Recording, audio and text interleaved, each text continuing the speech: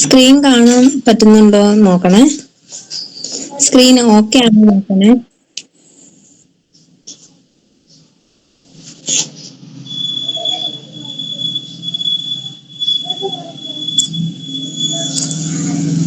ഇത് ഓക്കെ ആണോ? Mic on ആക്കിയിട്ട്. ഓക്കെ ആണ് miss. Nikhil sir okay okay ആണോ? ഓക്കെ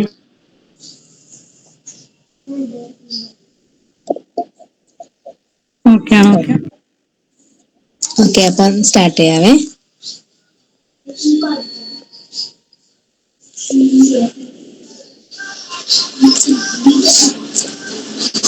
ഓക്കെ, അപ്പൊ നമ്മള് സ്റ്റാർട്ട് ചെയ്യാണ്.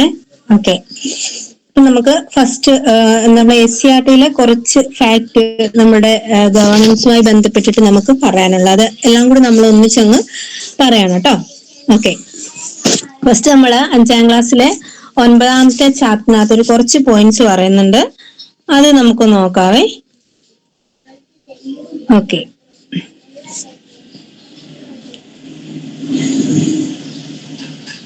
ഓക്കെ കാണാലോ.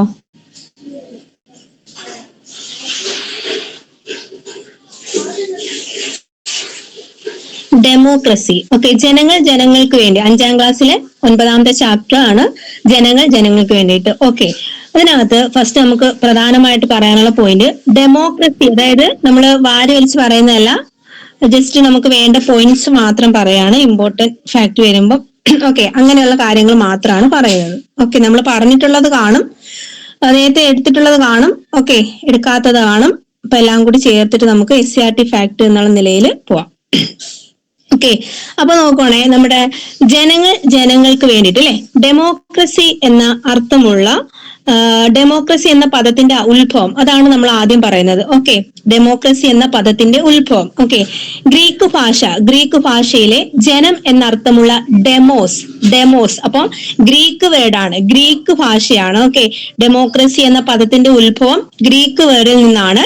ജനം എന്നർത്ഥമുള്ള ഡെമോസ്, ഓക്കെ, അതിന് അധികാരം എന്നർത്ഥമുള്ള പിന്നെന്താണ് ക്രാറ്റോസ് എന്നീ പദങ്ങൾ ചേർന്നിട്ടാണ് ഡെമോക്രസി എന്ന ആ ഒരു വേർഡ് ഉണ്ടായിട്ടുള്ളത്. ഓക്കെ, അപ്പൊ ഡെമോക്രസി ഗ്രീക്ക് ഭാഷയിൽ നിന്നാണ്. ഡെമോസ് എന്നും ക്രാറ്റോസ് എന്നും 2 വാക്കുകൾ ചേർന്നിട്ടാണ് ഉണ്ടായിട്ടുള്ളത്. ഓക്കെ, ജനാധിപത്യത്തിന്റെ നിലനിൽപ്പിന് ആവശ്യമായ പ്രധാനപ്പെട്ട ഘടകങ്ങൾ ഏതൊക്കെയാണ്? ജനാധിപത്യത്തിന്റെ നിലനിൽപ്പിന് ആവശ്യമായ പ്രധാനപ്പെട്ട ഘടകങ്ങൾ ഏതൊക്കെയാണെന്ന് ചോദിക്കും. ഓക്കെ, ഏതൊക്കെയാണ്? നമുക്കത് എങ്ങനെ വേണമെങ്കിലും ചോദിക്കാം അല്ലെ. അപ്പൊ ജനാധിപത്യത്തിന്റെ നിലനിൽപ്പിന് ആവശ്യമായ പ്രധാനപ്പെട്ട ഘടകങ്ങള് തെരഞ്ഞെടുപ്പ്. ജനാധിപത്യത്തിനകത്ത് എന്ത് വേണം? തെരഞ്ഞെടുപ്പ് വേണം. നിയമവാഴ്ച വേണം. ഓക്കെ, അപ്പൊ തെരഞ്ഞെടുപ്പ് വേണം, നിയമവാഴ്ച വേണം.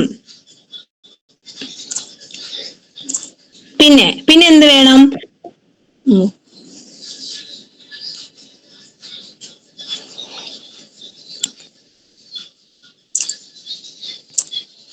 ഓക്കെ, അപ്പൊ എന്താണ് ജനാധിപത്യത്തിന്റെ നിലനിൽപ്പിന് ആവശ്യമായ പ്രധാനപ്പെട്ട ഘടകങ്ങൾ? തെരഞ്ഞെടുപ്പ്, നിയമവാഴ്ച, അവകാശങ്ങൾ, സാമൂഹ്യ സാമ്പത്തിക നീതി, മാധ്യമങ്ങൾ വേണം, പ്രതിപക്ഷം വേണം അല്ലെ.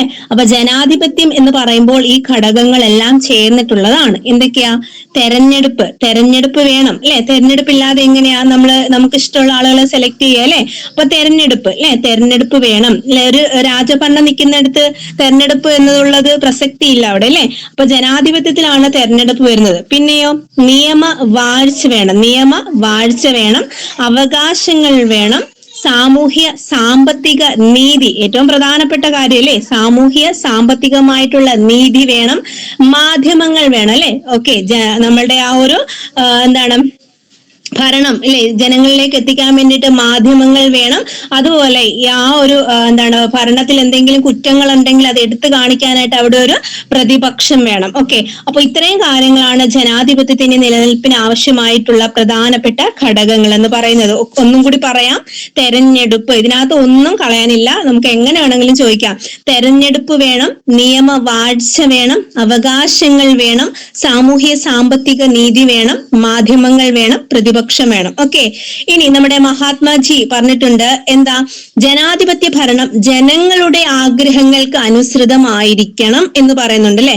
പലപ്പോഴും അങ്ങനെ ആണോ എന്ന് ചോദിച്ചാൽ അല്ല. പക്ഷെ നമ്മുടെ മഹാത്മാജി ഇല്ലേ പറഞ്ഞിട്ടുള്ള എങ്ങനെയാണ്, ജനാധിപത്യ ഭരണം ഇപ്പൊ നമ്മുടെ ആഗ്രഹത്തിനനുസരിച്ചിട്ടാണോ ഓരോ കാര്യങ്ങൾ നടക്കുന്നത് അല്ലെ? നമ്മുടെ ഇന്ത്യയിൽ അങ്ങനെയാണോ നടക്കുന്നത്? ഒരിക്കലും അല്ല. പക്ഷേ ജനാധിപത്യ ഭരണം എങ്ങനെ ആകണമെന്നാ മഹാത്മാഗാന്ധി പറഞ്ഞത്? ജനങ്ങളുടെ ആഗ്രഹങ്ങൾക്ക് അനുസൃതമായിരിക്കണം ജനാധിപത്യ ഭരണം എന്നാണ് മഹാത്മാഗാന്ധി പറഞ്ഞത്. അപ്പൊ ചോദിക്കും, ആരാണ് ജനാധിപത്യ ഭരണം ജനങ്ങളുടെ ആഗ്രഹങ്ങൾക്ക് അനുസൃതമായിരിക്കണം എന്ന് പറഞ്ഞത്? ആരാണ്? മഹാത്മാ ഗാന്ധിയാണ്. ഓക്കെ, ഇനി ജനങ്ങൾക്ക് വേണ്ടി ജനങ്ങളാൽ നടത്തുന്ന ഭരണമാണ് ജനാധിപത്യം അല്ലെ. ജനങ്ങൾക്ക് വേണ്ടിയിട്ട് ജനങ്ങൾ തെരഞ്ഞെടുത്ത് വിടുന്ന അല്ലെ പ്രതിനിധികൾ, അവർ ഭരിക്കുന്നതാണ് അല്ലെ, അവർ ഉൾപ്പെടുന്നതാണ് ജനാധിപത്യം. അപ്പോ ജനങ്ങൾക്ക് വേണ്ടി ജനങ്ങളാൽ നടത്തുന്ന ഭരണമാണ് ജനാധിപത്യം എന്ന് പറഞ്ഞത് ആരാണ്? എബ്രഹാം ലിങ്കൺ ആണ്. എബ്രഹാം ലിങ്കൺ ആണ്. ഓക്കെ, എബ്രഹാം ലിങ്കൺ പറഞ്ഞു ജനങ്ങൾക്ക് വേണ്ടി ജനങ്ങളാൽ നടത്തുന്ന ഭരണമാണ് ജനാധിപത്യം. ഇത് പറഞ്ഞത് എബ്രഹാം ലിങ്കൺ. ഇനി നമ്മുടെ അമർത്യ സെൻ അല്ലെ, നൊബേൽ ജേതാവായിട്ടുള്ള അമർത്യ സെൻ അല്ലെ. ഓക്കെ, അദ്ദേഹം പറഞ്ഞത് എന്താണ്? ആഗോള ആദരവ് പിടിച്ചു പറ്റുന്ന ഏക ഭരണ സംവിധാനം ജനാധിപത്യമാണ് അല്ലെ. ആഗോള ആദരവ്, ആഗോള ശ്രദ്ധയാണോ? ആദരവ്, ആദരവ് അല്ലെ. സ്റ്റേറ്റ്മെന്റ് ആയിട്ട് വേണമെങ്കിൽ ആ വാക്കൊക്കെ ഒന്ന് ഒടിച്ചു മടക്കിയൊക്കെ തരാം. ആഗോള ശ്രദ്ധ, ആഗോള ആദരവാണ്. ആദരവ് പിടിച്ചു പറ്റുന്ന ഏക ഭരണ സംവിധാനം ജനാധിപത്യമാണ് എന്ന് അഭിപ്രായപ്പെട്ടത് ആരാണ്? നൊബേൽ ജേതാവ് ആയിട്ടുള്ള നമ്മുടെ അമർത്യ സെൻ ആണ് അല്ലെ. അമർത്യ സെൻ ആണ്. അപ്പം ഈ ഒരു പാഠത്തിനകത്ത് ഏറ്റവും ഇമ്പോർട്ടന്റ് ആയിട്ടുള്ള കുറച്ച് ഫാക്ട് ആണ് പറഞ്ഞേക്കുന്നത്. ഡെമോക്രസി എന്ന പദം അത് ഗ്രീക്ക് വേർഡിൽ നിന്നാണ് വന്നിട്ടുള്ളത്. ഡെമോസ്, ക്രാറ്റോസ് എന്നീ രണ്ട് പദങ്ങൾ ചേർന്നിട്ടാണ് ഉണ്ടായിട്ടുള്ളത്. ജനാധിപത്യത്തിന്റെ നിലനിൽപ്പിന് ആവശ്യം തെരഞ്ഞെടുപ്പ്, നിയമവാഴ്ച, അവകാശങ്ങൾ, സാമൂഹ്യ സാമ്പത്തിക നീതി, മാധ്യമങ്ങൾ, പ്രതിപക്ഷം. പിന്നെ 3 വാക്കുകൾ. ജനാധിപത്യ ഭരണം ജനങ്ങളുടെ ആഗ്രഹങ്ങൾക്ക് അനുസൃതമായിരിക്കണമെന്ന് മഹാത്മാജിയും ജനങ്ങൾക്ക് വേണ്ടി ജനങ്ങളാൽ നടത്തുന്ന ഭരണമാണ് ജനാധിപത്യമെന്ന് എബ്രഹാം ലിങ്കണും പറഞ്ഞപ്പോൾ ആഗോള ആദരവ് പിടിച്ചുപറ്റുന്ന ഏക ഭരണ സംവിധാനം ജനാധിപത്യമാണെന്ന് പറഞ്ഞത് അമർത്യ സെൻ ആണ്. ഓക്കെ, ഇത്രയും കാര്യങ്ങൾ ഓക്കെ ആണോ? ഇത്രയും കാര്യങ്ങൾ ഓക്കെ ആണോ? ഓക്കെ, ഇനി നമുക്ക് അടുത്ത യൂണിറ്റിലേക്ക് പോവാം. നമ്മുടെ ജനാധിപത്യവും അവകാശങ്ങളും എന്ന് പറഞ്ഞിട്ടുള്ള അടുത്തൊരു യൂണിറ്റ് ആണ് കേട്ടോ. ദക്ഷിണാഫ്രിക്കയില് നമ്മുടെ നെൽസൺ മണ്ടേലയുടെ കുറച്ച് കാര്യങ്ങൾ പറയുന്നുണ്ട്. അതൊന്ന് ഞാൻ ജസ്റ്റ് വായിക്കാം. രാജ്യത്തെ എല്ലാ ഇതിനകത്ത് പറഞ്ഞിട്ടില്ല കേട്ടോ, നോട്ട്സിനകത്തില്ല, ശ്രദ്ധിക്കുക. രാജ്യത്തെ എല്ലാ മേൽക്കോയ്മകൾക്കും എതിരായിട്ടാണ് ഞാൻ പറയുകയും പ്രവർത്തിക്കുകയും ചെയ്തിട്ടുള്ളത്. സ്വാതന്ത്ര്യവും ജനാധിപത്യവും സഹവർത്തിത്വവും സമത്വവുമുള്ള ഒരു രാഷ്ട്രത്തിന് വേണ്ടിയാണ് ഞാൻ പടവെട്ടുന്നത്. ഇത് നേടിയെടുക്കുകയാണ് എന്റെ ലക്ഷ്യം. ജനാധിപത്യ വ്യവസ്ഥയിൽ നിങ്ങളും ഞങ്ങളും തുല്യരാകും. ഈ ഒരു വാക്കുകളോട് കൂടിയിട്ടാണ് നമ്മുടെ 6ാം ക്ലാസ്സിലെ ജനാധിപത്യവും അവകാശങ്ങളും എന്ന് പറയുന്ന യൂണിറ്റ് എന്ത് ചെയ്യുന്നത്, സ്റ്റാർട്ട് ചെയ്യുന്നത് കേട്ടോ. ഓക്കെ, എന്താണ്? രാജ്യത്തെ എല്ലാ മേൽക്കോയ്മകൾക്കും എതിരായിട്ടാണ് ഞാൻ പറയുകയും പ്രവർത്തിക്കുകയും ചെയ്തിട്ടുള്ളത്. സ്വാതന്ത്ര്യവും ജനാധിപത്യവും സഹവർത്തിത്വവും സമത്വവുമുള്ള ഒരു രാഷ്ട്രത്തിന് വേണ്ടിയാണ് ഞാൻ പടവെട്ടുന്നത്. ഇത് നേടിയെടുക്കുകയാണ് എന്റെ ലക്ഷ്യം. ജനാധിപത്യ വ്യവസ്ഥയിൽ നിങ്ങളും ഞങ്ങളും തുല്യരാവും. ഇങ്ങനെ ഈ ഒരു വാക്കുകൾ പറഞ്ഞത് ആരാണ്? നെൽസൺ മണ്ടേലയാണ്. നെൽസൺ മണ്ടേലയാണ് കേട്ടോ. ഓക്കെ, അപ്പൊ ഇങ്ങനെയൊക്കെ ആയപ്പോ അദ്ദേഹത്തിന് എന്ത് ചെയ്യേണ്ടി വരുന്നു? അദ്ദേഹത്തിന് നമ്മുടെ അവിടുത്തെ എന്താണ് പല പല സാഹചര്യങ്ങൾ ഇദ്ദേഹത്തെ എന്ത് ചെയ്യാണ്, ജയിലിൽ അടക്കിയൊക്കെ ചെയ്യുന്നുണ്ട് അല്ലെ. ജയിലിൽ അടക്കിയൊക്കെ ചെയ്യുന്നുണ്ട്. അപ്പൊ ദക്ഷിണാഫ്രിക്കയിൽ ജനാധിപത്യ വിരുദ്ധ ഭരണകൂടത്തിനെതിരെ സമരം നയിച്ച് 26 വർഷത്തിലധികം, എത്ര വർഷമാണ്? 26 വർഷത്തിലധികം ജയിൽവാസം അനുഭവിച്ച വ്യക്തിയാണ് നെൽസൺ മണ്ടേല എന്ന് പറയുന്നത്. ഓക്കെ, അപ്പൊ ഇദ്ദേഹത്തിനെ കുറിച്ചിട്ട് നമുക്ക് പറയാനുള്ളത്, അപ്പൊ അദ്ദേഹത്തിന്റെ കുറച്ച് ഇത് കഴിഞ്ഞിട്ട് ഞാൻ SCRT ഇതാണ് ബോക്സ് എടുത്തിട്ടുണ്ട്, അത് നമുക്ക് അന്നേരം പറയാം കേട്ടോ. ഓക്കെ, അപ്പൊ ഇതങ്ങ് പറഞ്ഞു പോട്ടെ, എന്നിട്ട് അദ്ദേഹത്തിനെ കുറിച്ച് ബോക്സ് ഉണ്ട്, അത് പിന്നീട് പറയാം. അപ്പൊ ദക്ഷിണാഫ്രിക്കയിൽ ജനാധിപത്യ വിരുദ്ധ ഭരണകൂടത്തിനെതിരെ സമരം നയിച്ച് 26 വർഷത്തിലധികം ജയിൽവാസം അനുഭവിച്ച വ്യക്തിയായിരുന്നു നെൽസൺ മണ്ടേല. ഓക്കെ, അങ്ങനെ പിന്നീട് ഇദ്ദേഹം എന്ത് ചെയ്യാണ്, നമ്മുടെ ദക്ഷിണാഫ്രിക്കൻ പ്രസിഡന്റ് ആവുകയാണ്. അപ്പൊ ചോദിക്കും, നെൽസൺ മണ്ടേല ദക്ഷിണാഫ്രിക്കൻ പ്രസിഡന്റ് ആയ വർഷം SCRT ഫാക്ട് ആണ് അല്ലെ. അപ്പൊ 1994 മെയ് 10-നാണ്. ഓക്കെ, 1994 മെയ് 10-നാണ് നെൽസൺ മണ്ടേല എന്ത് ചെയ്യുന്നത്? ദക്ഷിണാഫ്രിക്കൻ പ്രസിഡന്റ് ആകുന്നത്. ഓക്കെ, നെൽസൺ മണ്ടേല ദക്ഷിണാഫ്രിക്കൻ പ്രസിഡന്റ് ആയ വർഷം 1994 മെയ് 10. ഓക്കെ, പിന്നെ ഇവിടെ പറയുന്നത് നമ്മുടെ സുൽത്താൻ ഭരണം നിലനിൽക്കുന്ന രാജ്യം ഏതാണ്? ബ്രൂണയാണ്. ഓക്കെ, സുൽത്താൻ ഭരണം നിലനിൽക്കുന്ന രാജ്യമാണ് ബ്രൂണൈ. ചോദിക്കാറുണ്ട് അല്ലെ. അതുപോലെ ഭൂട്ടാനിൽ ഏതാണ്? ഏറ്റവും പുതിയ ജനാധിപത്യ രാജ്യം എന്നറിയപ്പെടുന്ന ഒരു രാജ്യമാണ് ഭൂട്ടാൻ. ഏറ്റവും പുതിയ ജനാധിപത്യ ഭരണം നിലനിൽക്കുന്ന ഒരു രാജ്യമാണ് ഏത്?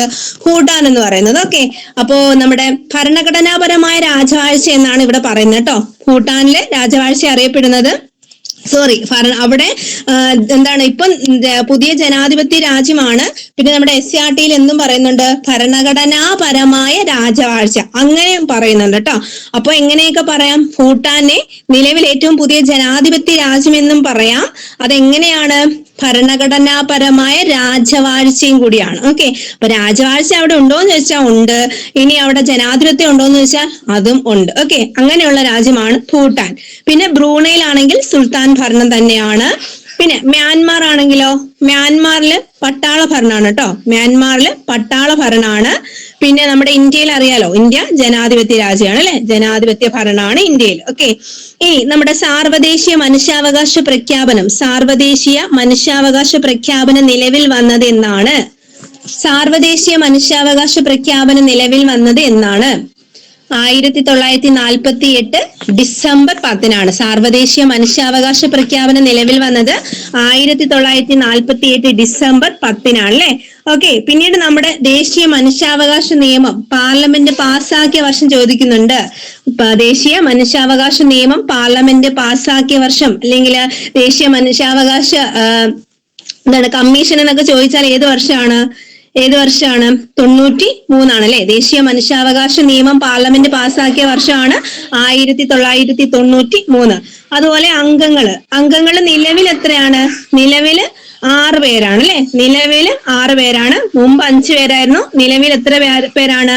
ദേശീയ മനുഷ്യാവകാശ കമ്മീഷനിൽ നിലവില് 6 അംഗങ്ങളാണുള്ളത്. ഓക്കെ, അതുപോലെ ഇവിടെ നമ്മുടെ ദേശീയ മനുഷ്യാവകാശ കമ്മീഷൻ ചെയർമാൻ ആകാനുള്ള പ്രധാനപ്പെട്ട യോഗ്യത എന്ന് പറയുന്നത് റിട്ടയർഡ് സുപ്രീം കോടതി ചീഫ് ജസ്റ്റിസ് ആണ് ഇവിടെ കൊടുത്തിരിക്കുന്നത് കേട്ടോ.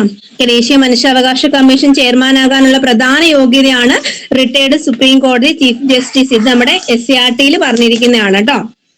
ഓക്കെ, അതുപോലെ നമ്മുടെ ദേശീയ മനുഷ്യാവകാശ കമ്മീഷന്റെ ആദ്യ അധ്യക്ഷൻ ആരാണ്? ആദ്യ അധ്യക്ഷൻ എന്ന് പറയുന്നത് ജസ്റ്റിസ് രംഗനാഥ മിശ്രയായിരുന്നു ദേശീയ മനുഷ്യാവകാശ കമ്മീഷന്റെ ആദ്യ അധ്യക്ഷ എന്ന് പറയുന്നത്. പിന്നീട് നമ്മുടെ ഇതിനെ ചൂടുപിടിച്ചിട്ട് നമ്മുടെ കേരള സംസ്ഥാന മനുഷ്യാവകാശ കമ്മീഷൻ നിലവിൽ വന്ന വർഷം പറയുന്നുണ്ട് 1998 ഡിസംബർ 11. 1998 ഡിസംബർ 11. ആ ഡേറ്റും ഇമ്പോർട്ടന്റ് ആണ് അല്ലെ. അപ്പൊ സാർവദേശീയ മനുഷ്യാവകാശ പ്രഖ്യാപനം ആണെങ്കിൽ 48 ഡിസംബർ 10. അതുപോലെ കേരള സംസ്ഥാന മനുഷ്യാവകാശ കമ്മീഷന്റെ ചോദിച്ചാല് 1998 ഡിസംബർ 11. ഇനി നമ്മുടെ കേരള സംസ്ഥാന മനുഷ്യാവകാശ കമ്മീഷനിലെ അംഗങ്ങൾ എത്രയാണ്? അത് 3 പേരാണ്. കേരള സംസ്ഥാന മനുഷ്യാവകാശ കമ്മീഷനിലെ അംഗങ്ങള് ചെയർമാൻ അടക്കം 3 പേരാണ് അല്ലെ. ഓക്കെ, പിന്നീട് പറയുന്നത് നമ്മുടെ വിദ്യാഭ്യാസ അവകാശ നിയമം നിലവിൽ വന്നതല്ല, ആദ്യം പാർലമെന്റ് പാസ്സാക്കുകയാണ് ചെയ്യുന്നത്. അപ്പൊ നമ്മൾ പറയും വിദ്യാഭ്യാസ അവകാശ നിയമം 2009 എന്നാണ് പറയുന്നത്. 2009 നാം പറഞ്ഞു, കഴിഞ്ഞ ക്ലാസ്സിൽ പറഞ്ഞു. എപ്പോഴായാലും നമ്മളുടെ ഈ ഒരു നിയമത്തിന്റെ കൂടെ കാണപ്പെടുന്ന വർഷം ഏതായിരിക്കും? പാസ്സാക്കപ്പെട്ട വർഷമായിരിക്കും കൂടെ കാണുന്നത്. ഓക്കെ, അപ്പോ ദേശീയ മനുഷ്യാവകാശ കമ്മീഷൻ വിദ്യാഭ്യാസ അവകാശ നിയമം പാർലമെന്റ് പാസ്സാക്കിയ വർഷം ചോദിച്ചാൽ 2009 2009 ഓഗസ്റ്റ് 26 വിദ്യാഭ്യാസ അവകാശ നിയമം പാർലമെന്റ് പാസ്സാക്കിയിട്ടുള്ളത്. ഓക്കെ, വിദ്യാഭ്യാസ അവകാശ നിയമം പാർലമെന്റ് പാസ്സാക്കിയ വർഷം ചോദിച്ചാൽ 2009 ഓഗസ്റ്റ് 26. ഇനി അത് നിലവിൽ വന്നത്, ആ നിയമം നിലവിൽ വന്നത് എന്നാണ്? 2010 ഏപ്രിൽ 1. അപ്പൊ ഈ 2 കാര്യങ്ങൾ എന്ത് ചെയ്യാ ചോദിക്കുന്നതാണ് അല്ലെ. 2 കാര്യങ്ങളും ചോദിക്കുന്നതാണ്. ഓക്കെ, അപ്പൊ എന്താ പറഞ്ഞത്? നമ്മുടെ വിദ്യാഭ്യാസ അവകാശ നിയമം പാർലമെന്റ് പാസ്സാക്കിയത് ചോദിച്ചാല് 2009 ഓഗസ്റ്റ് 26. നിലവിൽ വന്നത് 2010 ഏപ്രിൽ 1. അപ്പൊ കുട്ടികളുടെ അവകാശങ്ങൾക്ക് വേണ്ടിയിട്ടാണ് അല്ലെ, കുട്ടികളുടെ മാനസികവും ശാരീരികവും അല്ലെ, അവരുടെ ആ ബാല്യം അതിനൊക്കെ എന്ത് ചെയ്യണം, പരിഗണന നൽകിക്കൊണ്ട് അവർക്ക് വേണ്ടിയിട്ട് വന്നതാണ് ഈ എന്താണ് കുട്ടികളുടെ അവകാശ സംരക്ഷണം അല്ലെ. അതിന് പ്രാധാന്യം നൽകിക്കൊണ്ടാണ് നമ്മുടെ ഈ ഒരു അവരുടെ വിദ്യാഭ്യാസം അല്ലെ, ഇതെല്ലാം കണക്കിലെടുത്തുകൊണ്ടാണ് എന്താണ് വിദ്യാഭ്യാസ അവകാശ നിയമം വരുന്നത്. ഓക്കെ, അപ്പൊ വിദ്യാഭ്യാസം കുട്ടികളുടെ പ്രധാനപ്പെട്ട അവകാശമാണ്. കുട്ടികൾക്ക് ഒരുപാട് അവകാശങ്ങളുണ്ട് അല്ലെ, അതിൽ ഏറ്റവും പ്രധാനപ്പെട്ട അവകാശമാണ് വിദ്യാഭ്യാസ അവകാശം എന്ന് പറയുന്നത്. ഓക്കെ, ഇനി എത്ര വയസ്സ് വരെയുള്ള കുട്ടികൾക്കാണ്, എത്ര വയസ്സ് വരെയാണ് ചോദിക്കും. 6 മുതൽക്ക് 14 വയസ്സ് വരെയുള്ളതാണ്. 6 മുതൽ 14 വയസ്സ് വരെ പ്രായമുള്ള കുട്ടികൾക്കാണ് സൗജന്യവും നിർബന്ധിതവുമായ വിദ്യാഭ്യാസം ഈ നിയമപ്രകാരം ഉറപ്പു നൽകുന്നത്. ഓക്കെ, അപ്പൊ എന്താണ് 2009 ഓഗസ്റ്റ് 26 വിദ്യാഭ്യാസ അവകാശ നിയമം പാർലമെന്റ് പാസ്സാക്കുന്നു. ഇത് നിലവിൽ വരുന്നത് അല്ലെങ്കിൽ നിയമം നിലവിൽ വന്നത് 2010 ഏപ്രിൽ 1 എത്ര വയസ്സ് മുതൽക്കാണ്? 6 മുതൽക്ക് 14 വയസ്സ് വരെ പ്രായമുള്ള കുട്ടികൾക്ക് സൗജന്യവും നിർബന്ധിതവുമായ വിദ്യാഭ്യാസം ഇത് ഉറപ്പാക്കുന്നു. അതുപോലെ പഠനാനുകൂല അന്തരീക്ഷവും അടിസ്ഥാന സൗകര്യങ്ങളും കുട്ടികളുടെ അവകാശമാണ്. ഓക്കെ, എന്താണ് പഠനാനുകൂല അന്തരീക്ഷം, പഠനത്തിന് പറ്റിയ അന്തരീക്ഷം, അതുപോലെ അടിസ്ഥാന സൗകര്യങ്ങളും ഒക്കെ എന്താണ് കുട്ടികളുടെ അവകാശങ്ങളിനകത്ത് ഉൾപ്പെടുന്നതാണ്. അതുപോലെ കുറച്ച് അവകാശങ്ങൾ പറയുന്നുണ്ട്. അതിജീവനത്തിനും സംരക്ഷണത്തിനും പൂർണ്ണ വികാസത്തിനുമുള്ള അവകാശം കുട്ടികളുടെ അവകാശങ്ങളാണ്. കുട്ടികളുടെ അവകാശങ്ങൾ എന്തൊക്കെയാ? അതിജീവനത്തിനുള്ള അവകാശം, സംരക്ഷണത്തിനുള്ള അവകാശം, പൂർണ്ണ വികാസത്തിനുള്ള അവകാശം, മാനസികമായിട്ടുള്ള ശാരീരികമായിട്ടുള്ള പീഡനങ്ങളിൽ നിന്നും സംരക്ഷണത്തിൽ നിന്നും പരിചരണത്തിനുമുള്ള അവകാശം. ഓക്കെ, അപ്പൊ കുട്ടികളുടെ അവകാശങ്ങൾ വിദ്യാഭ്യാസ അവകാശമല്ല, പൊതുവെയുള്ള മറ്റ് അവകാശങ്ങൾ കുട്ടികൾക്ക് പറഞ്ഞിട്ടുള്ള അല്ലെങ്കിൽ അവരുടെ അവകാശങ്ങൾ എന്തൊക്കെയാണ്. വിദ്യാഭ്യാസ അവകാശത്തിന് വേണ്ടിയിട്ട് ഒരു നിയമമൊക്കെ വന്നു.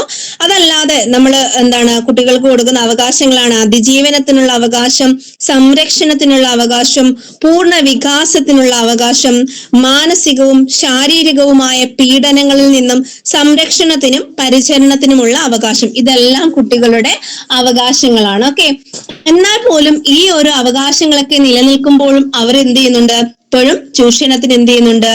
വിധേയരാകുന്നുണ്ട് അല്ലെ. കുട്ടികളെ തട്ടിക്കൊണ്ടു പോകുന്നതും അല്ലെ, ഭിക്ഷാടനത്തിന് ഉപയോഗിക്കുന്നു അല്ലെ, അവരെ പലതരത്തിലുള്ള ബാലവേലകൾക്ക് ഉപയോഗിക്കുന്നു അല്ലെ. പിന്നെന്താ അങ്ങനെയല്ലേ, ആഹാരമൊന്നും കണ്ടിട്ടില്ലേ? ഇപ്പൊ റീസെന്റ് ആയിട്ട് കുറെ ന്യൂസ് ഒക്കെ വന്നിട്ടുണ്ടായിരുന്നു. കുട്ടികളെ കാണാതെ പോകുന്നു അല്ലെ, എന്താ ഈ റോഡിലൊക്കെ വെച്ചിട്ട് കുട്ടികളെ ഭിക്ഷാടനം, അതുപോലെ കുട്ടികളെയൊക്കെ എടുത്ത് ഒക്കത്ത് വെച്ചിട്ട് എന്ത് ചെയ്യുക, ഓരോ സാധനങ്ങളൊക്കെ ഇങ്ങനെ കച്ചവടമൊക്കെ ചെയ്യാണ് അല്ലെ. അപ്പൊ കുട്ടികളുടെ ആ ഒരു ദയനീയത നമ്മൾ ആ കുഞ്ഞുങ്ങളുടെ മുഖത്ത് കാണുമ്പോഴത്തേക്ക് നമ്മൾ എന്ത് ചെയ്യും? നമുക്ക് വേണ്ടാത്ത സാധനങ്ങളാണെങ്കിൽ പോലും എന്ത് ചെയ്യും? വാങ്ങിക്കും. യഥാർത്ഥത്തിൽ കുഞ്ഞിന്റെ അമ്മ തന്നെയാണോ ആ കുഞ്ഞിനെ കൊണ്ട് നടക്കുന്നത് എന്ന് നമുക്ക് ഉറപ്പുണ്ടോ? നമുക്ക് ഉറപ്പില്ല അല്ലെ. പക്ഷെ നമ്മൾ എന്ത് ചെയ്യുന്നു? ആ കുഞ്ഞുങ്ങളെ അല്ലെ, കുഞ്ഞുങ്ങള് കഷ്ടം, അവർക്ക് എന്തെങ്കിലും കിട്ടിക്കോട്ടെ, അവർക്ക് എന്തെങ്കിലും കഴിക്കാൻ കൊടുത്തോട്ടെ എന്ന് വിചാരിച്ചിട്ടായിരിക്കും നമ്മൾ കൊടുക്കുന്നത്. പക്ഷെ ഈ കുഞ്ഞ് ഇപ്പൊ റീസെന്റ് ആയിട്ട് ഒരു ന്യൂസ് ഒരു വീഡിയോ കണ്ടതാ. ഈ കൊച്ചുങ്ങളെ രാവിലെ തൊട്ട് ഈ ഉച്ച സമയത്തൊക്കെ ഇങ്ങനെ റോഡിൽ ഇങ്ങനെ ഈ ഒക്കത്ത് വെച്ചിട്ട് ഇങ്ങനെ ഈ ബംഗാളി ബീഹാറികളൊക്കെ രാജസ്ഥാനിൽ നിന്ന് അങ്ങനെയൊക്കെ ഓരോ സ്ഥലങ്ങളിൽ നിന്ന് വരുന്നവരാന്ന് പറഞ്ഞിട്ട് ഇങ്ങനെ വെച്ചിട്ട് ഇങ്ങനെ ഓരോ സാധനങ്ങൾ വിൽക്കാൻ വേണ്ടി എടുക്കുക. പക്ഷെ ഈ കൊച്ചുങ്ങൾക്ക് കുടിക്കാൻ എന്തെങ്കിലും കൊടുക്കുകയോ എടുക്കുകയോ, കുഞ്ഞുങ്ങൾ ആടി തളർന്ന ഒരു പരുവായി കാണും. പക്ഷെ ശ്രദ്ധിക്കുന്നില്ല. അവര് എന്ത് ചെയ്യാ, അവരുടെ അതൊരു മാഫിയ ആയിട്ട് മാറിയിരിക്കുക എന്നാണ് പറയുന്നത്. പിന്നെ ഇങ്ങനെ ഈ കൊണ്ടുവന്ന കുട്ടികൾ ഇവരുടെ ഒന്നും ആയിരിക്കത്തില്ല, എവിടെന്നെങ്കിലൊക്കെ തട്ടിക്കൊണ്ടുവന്ന കുഞ്ഞുങ്ങളൊക്കെ ആണെന്നാണ് പറയുന്നത്. അപ്പം പലതരത്തിലുള്ള അവകാശ ലംഘനങ്ങൾ എന്ത് ചെയ്യുന്നുണ്ട്? നടക്കുന്നുണ്ട് അല്ലെ.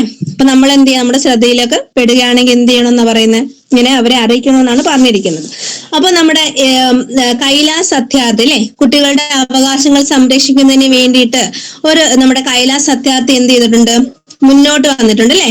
ബാലവേലയ്ക്കെതിരെ പ്രവർത്തിക്കുന്ന ഇദ്ദേഹത്തിന്റെ ഒരു ഒരു സംഘടനയാണ് ഇത് ബച്ചുപ്പൻ ബച്ചാവോ ആന്തോളൻ. അപ്പൊ ചോദിക്കും, ബച്ചുപ്പൻ ബച്ചാവോ ആന്തോളൻ എന്ന സംഘടന രൂപീകരിച്ച് ബാലവേലയ്ക്കെതിരെ പ്രവർത്തിച്ചത് ആരാണ്, ഏത് വ്യക്തിത്വമാണെന്ന് ചോദിച്ചാല് കൈലാസ് സത്യാർത്ഥിയാണ്. കൈലാസ് സത്യാർത്ഥിയാണ്.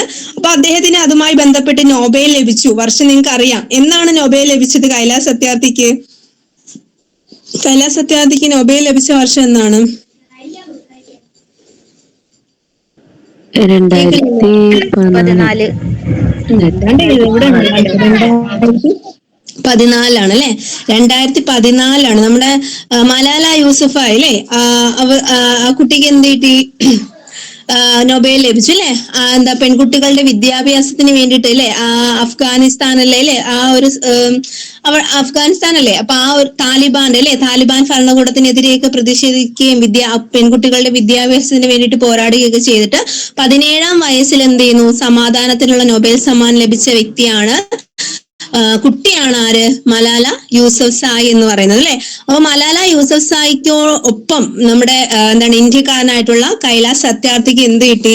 നൊബേൽ ലഭിച്ചു 2014. 2014 ആർക്കൊക്കെ നൊബേൽ ലഭിച്ചത്? സമാധാനത്തിനുള്ള അല്ലെ?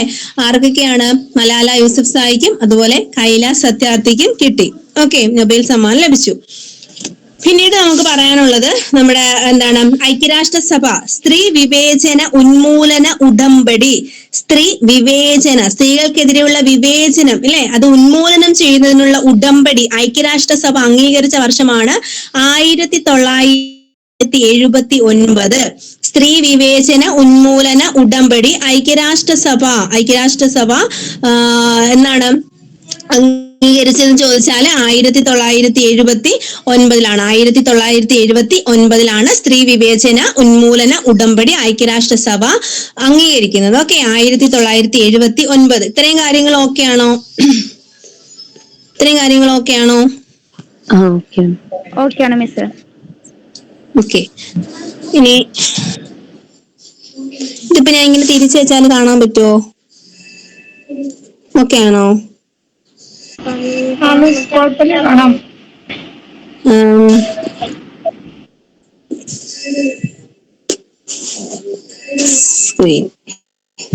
തിരിച്ചു വെക്കാൻ പറ്റത്തില്ല. ഓക്കെ, നോക്കാവേ. ഇപ്പൊ കുറച്ച് കാര്യങ്ങളേ ഉള്ളൂ ഇങ്ങനെ ചരിഞ്ഞ് കിടക്കുന്നത്. അപ്പൊ അത് നോക്കാം. നേരെ കറക്റ്റ് ആയിട്ട് കിടക്കുന്നത് നോക്കാം. ഓക്കെ, അപ്പൊ ഞാൻ നെൽസൺ മണ്ടേലയുടെ കുറച്ച് കാര്യം പറഞ്ഞു. ഇപ്പൊ എസ്യാറ്റിൽ കിടക്കുന്നതെന്ന് വായിക്കാം. ദക്ഷിണാഫ്രിക്കയിലെ ട്രാൻസ്കോയ് ഗ്രാമത്തില് കസോസ ഗോത്ര വിഭാഗത്തിൽ 1918 ജൂലൈ 18 ഇദ്ദേഹം ജനിച്ചത്. ഓക്കെ, അപ്പോ നെൽസൺ മണ്ടേലയുടെ ജനനം 1918 ജൂലൈ 18 ദക്ഷിണാഫ്രിക്കയിലെ ട്രാൻസ്കോയ് ഗ്രാമത്തിലാണ്. അവിടെ കസോസ ഗോത്ര വിഭാഗം. അപ്പൊ ഇതൊക്കെ നമുക്കെല്ലാം പ്രതീക്ഷിക്കാം അല്ലെ? നമ്മൾ പഠിക്കുന്നതൊക്കെ ചോദിക്കട്ടെ എന്ന രീതിയിൽ നമുക്ക് പോകാം. അപ്പൊ ദക്ഷിണാഫ്രിക്കയിലെ ട്രാൻസ്കോയ് ഗ്രാമത്തിൽ കസോസ ഗോത്ര വിഭാഗത്തിൽ 1918 ജൂലൈ 18 ജനിച്ചു. ദക്ഷിണാഫ്രിക്കയിലെ നീഗ്രോ വംശജരുടെ അവകാശ സംരക്ഷണത്തിന് വേണ്ടിയിട്ട് പോരാടി. ആഫ്രിക്കൻ നാഷണൽ കോൺഗ്രസിന്റെ മുൻനിര പോരാളിയായിരുന്നു അദ്ദേഹം. അപ്പൊ അദ്ദേഹത്തിന്റെ ആ ഒരു രാഷ്ട്രീയ പാർട്ടി ഏതാണ്? African national Congress. African national കോൺഗ്രസിന്റെ മുൻനിര പോരാളിയായിരുന്നു അദ്ദേഹം. രാജ്യദ്രോഹ കുറ്റം ചുമത്തി തടവിലാക്കപ്പെട്ട അദ്ദേഹത്തിന് 26 വർഷവും 7 മാസവും 10 ദിവസവും ജയിലിൽ കഴിയേണ്ടി വന്നു. നമ്മൾ നേരത്തെ 26 വർഷത്തിലധികം എന്നാണ് പറഞ്ഞത്. ഇവിടെ കറക്റ്റ് ആയിട്ട് അത് കൊടുത്തിരിക്കുന്നു. 26 വർഷം 7 മാസം 10 ദിവസം ഇദ്ദേഹത്തിന് ജയിലിൽ കഴിയേണ്ടി വന്നു. 1990 ഫെബ്രുവരി 11 ഇദ്ദേഹം ജയിൽ മോചിതനാകുന്നത്. ഓക്കെ, 1990 ഫെബ്രുവരിയില് ജയിൽ മോചിതനായ ഇദ്ദേഹം 1994 മെയ് 10 ദക്ഷിണാഫ്രിക്കൻ പ്രസിഡന്റായി. അപ്പോ നെൽസൺ മണ്ടേല ദക്ഷിണാഫ്രിക്കൻ പ്രസിഡന്റ് ആയത് എന്നാണ്? 1994 മെയ് 10 2013 ഡിസംബർ 5 ഇദ്ദേഹം 95 വയസ്സിൽ എന്ത് ചെയ്യുന്നു? അന്തരിക്കുന്നു അല്ലെ? അപ്പൊ 2013 ഡിസംബർ 5 അന്തരിക്കുന്നു. ഡിസംബർ 5 പ്രത്യേകത എന്തെങ്കിലും അറിയാമോ? മണ്ണ് ദിനല്ലേ? മണ്ണ് ദിനം. അല്ലേ? ഓക്കെ. അപ്പൊ മണ്ണ് ദിനാണ് അല്ലെ? December 5 മണ്ണ് ദിനം. ആ ദിവസം അദ്ദേഹം നെൽസൺ മണ്ടേല മണ്ണിനടിയിൽ പോയി അല്ലെ, മരിച്ചു അല്ലെ? ഓക്കെ, അങ്ങനെയാണെങ്കിൽ ജസ്റ്റ് ഒന്ന് ഓർക്കാം. അങ്ങനെ ഡേറ്റ് ചോദിക്കുകയാണെങ്കിൽ നമുക്ക് അങ്ങനെ ഒന്ന് ആലോചിക്കാം. അപ്പൊ 1918 ജൂലൈ 18 ജനിച്ച ഇദ്ദേഹം എന്ത് ചെയ്തു? മരിക്കുന്നത് 2013 2013 December 5 മരിക്കുന്നത്. Okay, 2013 December 5. ദക്ഷിണാഫ്രിക്കൻ പ്രസിഡന്റ് ആയത് 94. അതുപോലെ ജയിൽ മോചിതനായത് 1990. ഓക്കെ അല്ലേ? ഈ കാര്യങ്ങൾ ഓക്കെ അല്ലേ?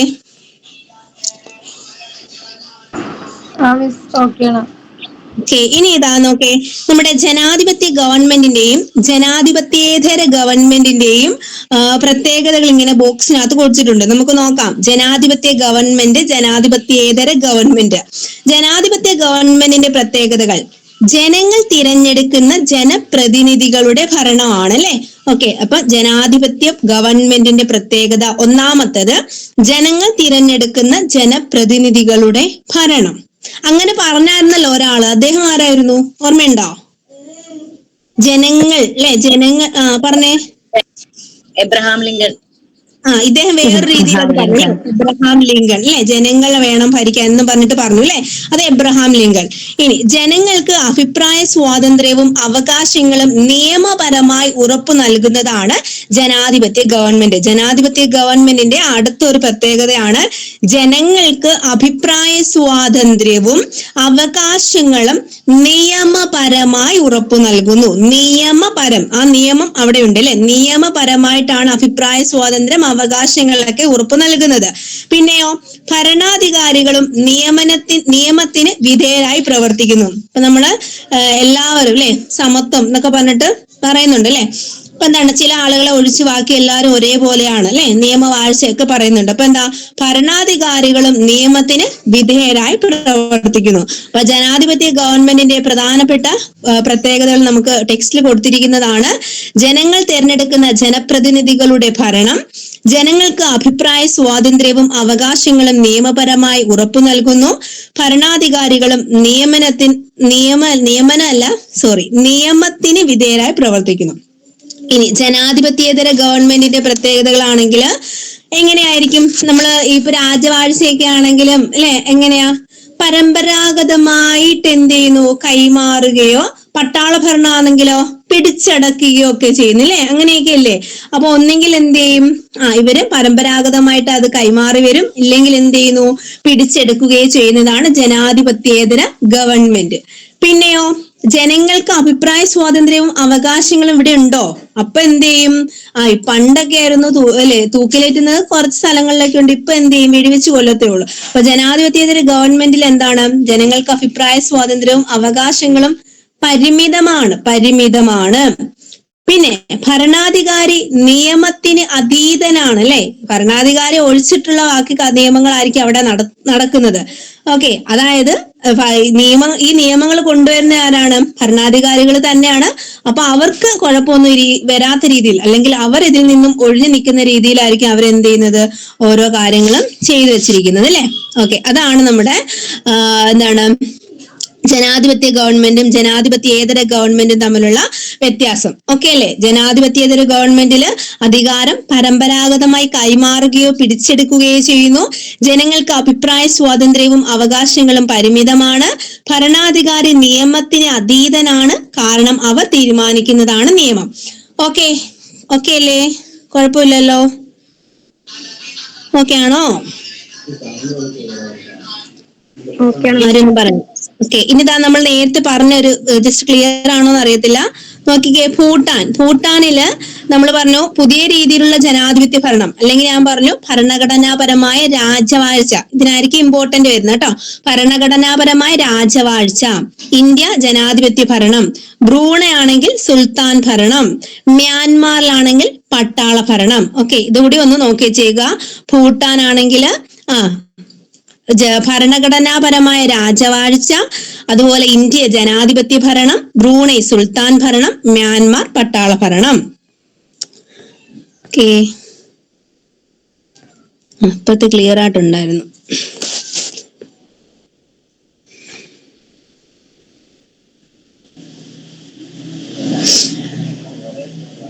ഇനി നമ്മുടെ ഇവിടെ എസ്ആർടിയിൽ കൊടുത്തേക്കുന്ന ഇമ്പോർട്ടന്റ് പോയിന്റ് ഇങ്ങനെ പറയുന്നുള്ളൂ കേട്ടോ. ജനാധിപത്യ രാജ്യമായ ഇന്ത്യയിൽ നമുക്ക് ലഭ്യമായ ഏതാനും അവകാശങ്ങൾ ഇവിടെ കൊടുത്തിരിക്കുന്നു. ജസ്റ്റ് നോക്കാം. നമുക്ക് ഒരുപാട് അവകാശങ്ങളുണ്ട്. അതിൽ കുറച്ച് അവകാശങ്ങൾ, ജീവിക്കാനുള്ള അവകാശം, നമ്മൾ അതൊക്കെ ആർട്ടിക്കിൾ ഇട്ട് പഠിക്കുന്നതാണ് അല്ലെ. ജീവിക്കാനുള്ള അവകാശമുണ്ട്, വിദ്യാഭ്യാസത്തിനുള്ള അവകാശമുണ്ട്, അഭിപ്രായ സ്വാതന്ത്ര്യത്തിനുള്ള അവകാശമുണ്ട്, സംഘടനാ സ്വാതന്ത്ര്യമുണ്ട്, സഞ്ചരിക്കാനുള്ള സ്വാതന്ത്ര്യമുണ്ട്, തൊഴിൽ നേടാനുള്ള സ്വാതന്ത്ര്യമുണ്ട് അല്ലെ. ഇതൊക്കെ എന്താണ്? നമ്മുടെ സ്വാതന്ത്ര്യം, നമുക്ക് ലഭിക്കുന്ന ചില അവകാശങ്ങളാണ് അല്ലെ. ജീവിക്കാനും വിദ്യാഭ്യാസത്തിനും അഭിപ്രായ സ്വാതന്ത്ര്യത്തിനും സംഘടനാ സ്വാതന്ത്ര്യത്തിനും സഞ്ചാരത്തിനുള്ള സ്വാതന്ത്ര്യത്തിനും പിന്നെയോ തൊഴിൽ നേടാനുള്ള അല്ലെങ്കിൽ തൊഴിൽ ചെയ്യാനുള്ള അവകാശങ്ങൾ, ഇതൊക്കെ നമുക്ക് ഇന്ത്യയിൽ നമുക്ക് ലഭിക്കുന്ന അവകാശങ്ങളാണ്. ഓക്കെ, പിന്നെന്താ?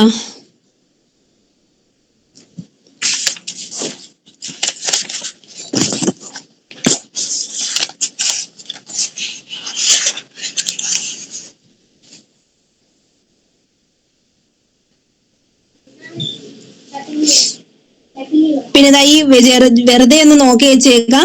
ഈ ഫറാ ബക്കർ എന്ന് പറഞ്ഞിട്ട് ഒരു പെൺകുട്ടിയുടെ കുറച്ച് ഇവിടെ ഒരു കാര്യം പറയുന്നുണ്ട് കേട്ടോ. സ്പെയിനിൽ നിന്നും ഗിത്താർ പഠിക്കുന്നതിൽ നിന്ന് സ്പെയിൻ യാത്രയിൽ നിന്നും ഗിത്താർ പഠിക്കുന്നതിൽ നിന്നും എന്റെ സ്വപ്നങ്ങൾ മാറിയിരിക്കുന്നു. ജീവനോടെ ഇരുന്നാൽ മതി. ഓക്കെ, അപ്പം എന്താണ്, ഏതോ ഒരു പലസ്തീൻ ബാല്യകാലം മുതൽ യുദ്ധഭൂമിയിൽ ജീവിക്കേണ്ടി വന്ന 16-കാരിയായ പലസ്തീൻ പെൺകുട്ടിയുടെ ഒരു വാക്കുകളാണ് കേട്ടോ, ഫറാ ബക്കർ. ഓക്കെ, അപ്പൊ ചോദിക്കാം ഇത് ആരുടെ വാക്കുകളാണെന്ന് ചോദിക്കാം കേട്ടോ. സ്പെയിൻ യാത്രയിൽ നിന്നും ഗിത്താർ പഠിക്കുന്നതിൽ നിന്നും എന്റെ സ്വപ്നങ്ങൾ മാറിയിരിക്കുന്നു. ജീവനോടെ ഇരുന്നാൽ മതി. ബാല്യകാലം മുതൽ യുദ്ധഭൂമിയിൽ ജീവിക്കേണ്ടി വന്ന 16-കാരിയായ പലസ്തീൻ പെൺകുട്ടിയായ നമ്മുടെ ഫറാ ബക്കറിന്റെ വാക്കുകളാണിത്. ഓക്കെ, എല്ലാ പ്രതീക്ഷകളും തകർത്തു. ഇതുപോലെ സ്വാതന്ത്ര്യം, സമാധാനം, അവകാശം ഇല്ലെ, ഇതൊക്കെ അറിയാത്ത എത്രയോ പേർ നമ്മുടെ ഇടയിലുണ്ട് എന്നാണ് ഇതിനകത്ത് പറയുന്നത്. ഓക്കെ, ക്ലിയർ ആണോ? കുഴപ്പമില്ല. എങ്ങാനും അങ്ങനെ ചോദിച്ചാലോ അല്ലെ, ഫറാ ബക്കറിനെ എടുത്ത് ചോദിച്ചാലോ? അപ്പൊ നമുക്ക് അതും എന്ത് ചെയ്യാം. അത് ഞാൻ ശ്രദ്ധിച്ചില്ല. നേരത്തെ മുകളിലത്തെ പോയിന്റാണ് ഞാൻ നോക്കിയിരുന്നത്.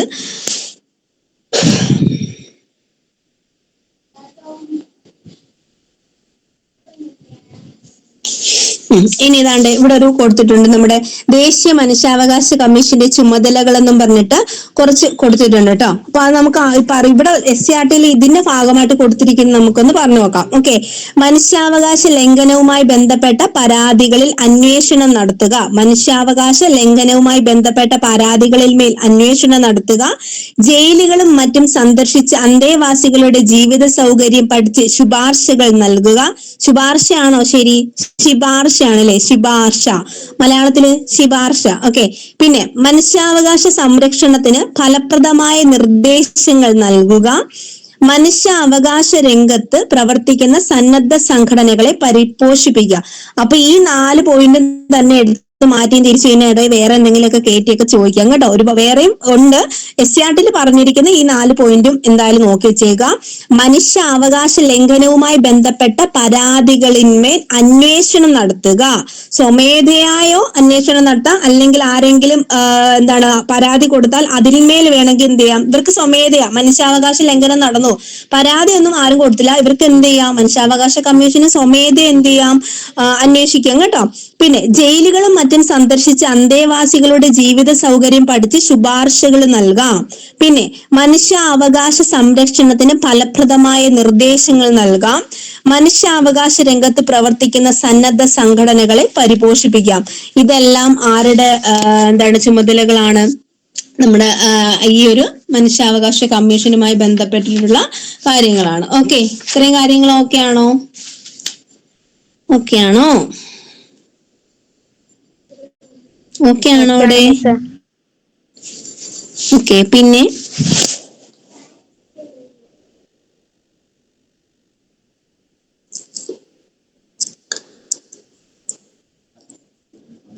ഇവിടെ കൊടുത്തിട്ടുണ്ട് നമ്മുടെ അവകാശങ്ങൾ, കടമകൾ. ഓക്കെ, SCRT തന്നെ അത് നിങ്ങൾക്ക് നിങ്ങൾക്ക് ഞാൻ വേണമെങ്കിൽ ഇത് അയച്ചുതരും. ഇത് വേണോ? ഇത് ആവശ്യമുണ്ടോ? അവകാശങ്ങൾ, കടമകൾ. സ്വാതന്ത്ര്യം എന്റെ അവകാശമാണ് അല്ലെ. കുട്ടി എന്ന നിലയിൽ സംരക്ഷണം എന്റെ അവകാശമാണ്. വാർദ്ധക്യത്തിൽ സംരക്ഷണം അവകാശങ്ങൾ ഏതൊക്കെ, കടമകൾ ഏതൊക്കെ എന്നും പറഞ്ഞിട്ട് വേണമെങ്കിൽ എന്ത് ചെയ്യാം, നമുക്ക് ചോദിക്കാം. അതാണ് ഈ കിടക്കുന്നത് കേട്ടോ. അതായത് അവകാശങ്ങളിൽ പെടുന്നത് ഏത്, പിന്നെ അതുപോലെ കടമകളിൽ പെടുന്നത് ഏത് എന്നും പറഞ്ഞിട്ട് എന്ത് ചെയ്യാം, മിക്സ് ചെയ്തൊക്കെ ചോദിക്കാം. അപ്പൊ സ്വാതന്ത്ര്യം എന്റെ അവകാശമാണ്, എന്നാൽ എനിക്ക് കിട്ടുന്ന സ്വാതന്ത്ര്യം മറ്റുള്ളവർക്കും നൽകുക അല്ലേ, അതാ എന്റെ കടമയാണ്. ക്ലിയർ ആണോ പറഞ്ഞത്? എന്റെ അവകാശം അത് മറ്റുള്ളവർക്കും കൊടുക്കുക എന്നുള്ളത് എന്റെ കടമയാണ്. ഓക്കെ ആണോ? അത് പറഞ്ഞത് ആ പോയിന്റ് ഓക്കെ ആണോ? പിന്നെ കുട്ടി എന്ന നിലയിൽ സംരക്ഷണം എന്റെ അവകാശമാണ്, അതുപോലെ എന്നെ സംരക്ഷിക്കുക മാതാപിതാക്കളുടെ കടമയാണ്. മാതാപിതാക്കളുടെ കടമയാണ്. വാർദ്ധക്യത്തിൽ സംരക്ഷണം മാതാപിതാക്കളുടെ അവകാശമാണ്. വാർദ്ധക്യത്തിൽ മാതാപിതാക്കളെ സംരക്ഷിക്കുക എന്റെ കടമയാണ് അല്ലെ. അതായത് മകളോ അല്ലെങ്കിൽ മകനോ അല്ലെങ്കിൽ ആ ഒരു ആ ഒരു വ്യക്തിയുമായി ബന്ധപ്പെട്ട കാര്യങ്ങളൊക്കെ നോക്കുന്ന അല്ലെ, അവരുടെ ഏതെങ്കിലും ബന്ധത്തിൽപ്പെട്ട ആളുകൾ അല്ലെ, അവരുടെ ചുമതലയാണെന്നാണ് പറയുന്നത്. ഇപ്പൊ മക്കളോ അല്ലെങ്കിൽ അങ്ങനെ ആരും ഇല്ലാത്തവർക്ക് ഇങ്ങനെ അവരുടെ ബന്ധുക്കൾ, ഏറ്റവും അടുത്ത ബന്ധുക്കളുടെ കടമയാണ്. നമുക്കത് അങ്ങനെ പഠിക്കാനുണ്ട് അല്ലെ. ഓക്കെ. പിന്നെ വിദ്യാഭ്യാസവും അതിനുള്ള അടിസ്ഥാന സൗകര്യവും എന്റെ അവകാശമാണ്. ഓക്കെ. അതുപോലെ സ്കൂൾ നിയമങ്ങൾ അനുസരിക്കുകയാണ് എന്റെ കടമ. അവകാശം പറയുന്നുണ്ട്, വിദ്യാഭ്യാസം അതിന്റെ അടിസ്ഥാന സൗകര്യം എന്റെ അവകാശം, എന്നാൽ സ്കൂളിലെ നിയമങ്ങൾ അനുസരിക്കുക എന്റെ കടമയാണ്. അവകാശങ്ങൾ നിഷേധിക്കപ്പെട്ടാൽ അത് പരിഹരിച്ചു കിട്ടാൻ എനിക്ക് അവകാശമുണ്ട്. എന്റെ ഈ പറഞ്ഞ അവകാശങ്ങൾ നിഷേധിക്കപ്പെടുകയാണെങ്കിൽ അത് പരിഹരിച്ച് അത് കിട്ടാനുള്ള അവകാശം എനിക്കുണ്ട്. പിന്നെ എന്താണ് കടമ? രാഷ്ട്ര സേവനവും സമൂഹ സേവനവും എന്റെ കടമയാണ്. ഓക്കെ. അപ്പം അത് ജസ്റ്റ് ഒന്ന് നോക്കാം. അവകാശങ്ങൾ എന്ന് പറയുമ്പോൾ സ്വാതന്ത്ര്യം എന്റെ അവകാശം, കുട്ടി എന്ന നിലയിൽ സംരക്ഷണ അവകാശം, വാർദ്ധക്യത്തിൽ സംരക്ഷണം മാതാപിതാക്കളുടെ അവകാശം, വിദ്യാഭ്യാസവും അതിനുള്ള അടിസ്ഥാന സൗകര്യവും എന്റെ അവകാശം, അവകാശങ്ങൾ നിഷേധിക്കപ്പെട്ടാൽ അത് നേടിയെടുക്കാനുള്ള അവകാശം. കടമ എന്ന് പറയുമ്പോൾ ഞാൻ അനുഭവിക്കുന്ന സ്വാതന്ത്ര്യം മറ്റുള്ളവർക്ക് നൽകുക കടമയാണ്. എന്നെ സംരക്ഷിക്കുക മാതാപിതാക്കളുടെ കടമയാണ്.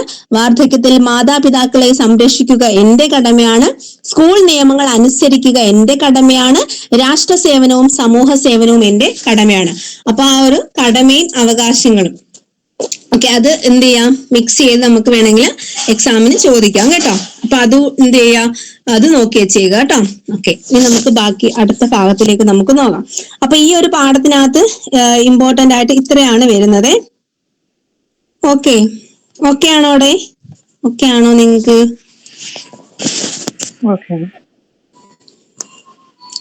ഓക്കെ. നമുക്ക് അടുത്ത വരുന്നത്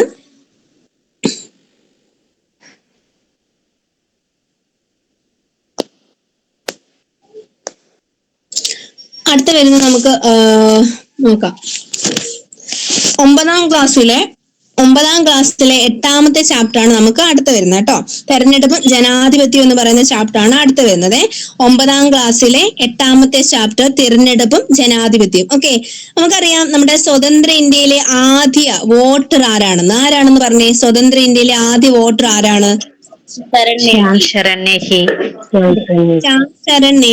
നേഗിയാണ് സ്വതന്ത്ര ഇന്ത്യയിലെ ആദ്യ വോട്ടർ.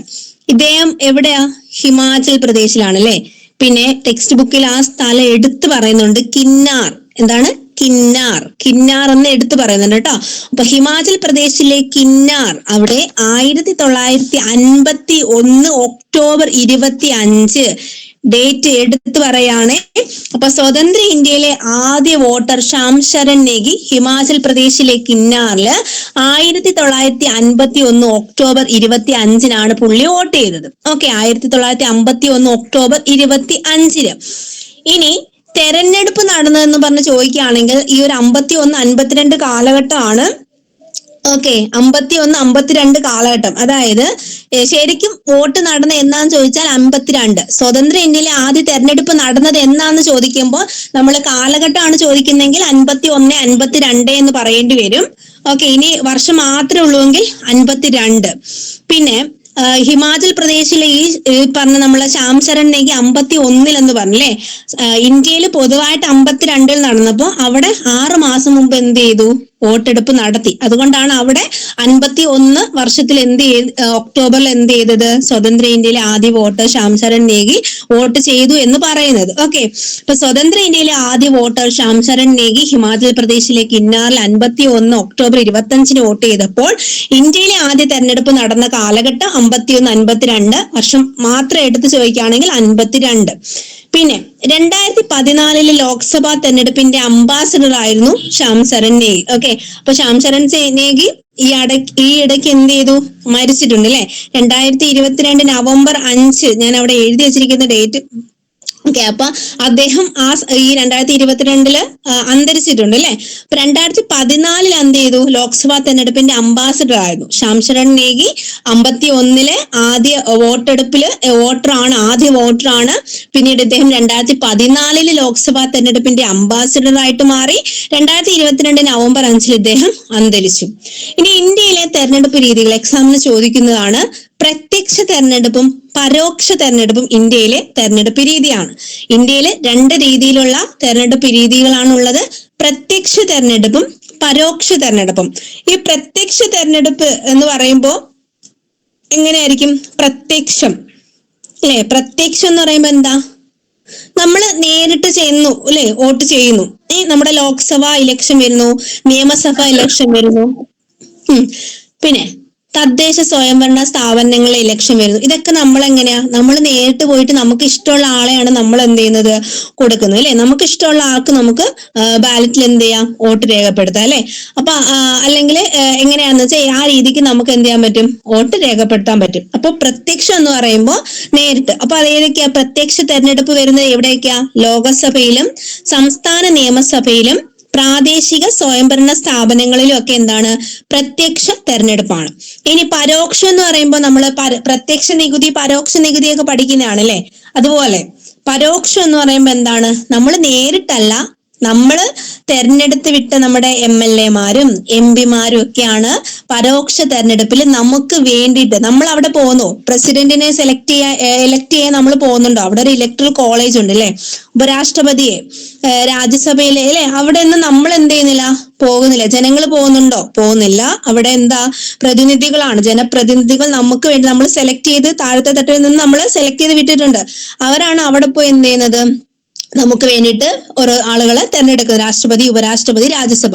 അപ്പം പരോക്ഷ തെരഞ്ഞെടുപ്പിന് എവിടെയൊക്കെയാണ് നടക്കുന്നതെന്ന് ചോദിച്ചാൽ രാഷ്ട്രപതി, ഉപരാഷ്ട്രപതി, രാജ്യസഭ ഇവരെയൊക്കെ തെരഞ്ഞെടുക്കുന്നത് പരോക്ഷ തെരഞ്ഞെടുപ്പിലൂടെയാണ്. പ്രത്യക്ഷ തെരഞ്ഞെടുപ്പിലൂടെ ലോക്സഭ, സംസ്ഥാന നിയമസഭകൾ, പ്രാദേശിക സ്വയംഭരണ തദ്ദേശ സ്വയംഭരണ സ്ഥാപനങ്ങളിലൊക്കെ പ്രത്യക്ഷമാണ്, നമ്മൾ പോകുന്നു. പരോക്ഷ തെരഞ്ഞെടുപ്പ് രാഷ്ട്രപതി, ഉപരാഷ്ട്രപതി, രാജ്യസഭ നമ്മൾ പോകുന്നില്ല അല്ലെ. അപ്പൊ അത് പരോക്ഷ തെരഞ്ഞെടുപ്പിന് ഉദാഹരണങ്ങളാണ് രാഷ്ട്രപതിയുടെയും ഉപരാഷ്ട്രപതിയുടെയും രാജ്യസഭയുടെയും തെരഞ്ഞെടുപ്പ്. ഓക്കെ, ഇനി അവിടെ ഒരു ക്വസ്റ്റ്യൻ ചോദിക്കുകയാണ്, പഞ്ചായത്ത് മെമ്പറെ തെരഞ്ഞെടുക്കുന്നത് പ്രത്യക്ഷമാണോ പരോക്ഷമാണോ? പഞ്ചായത്ത് മെമ്പറെ തെരഞ്ഞെടുക്കുന്നത് എങ്ങനെയാണ്?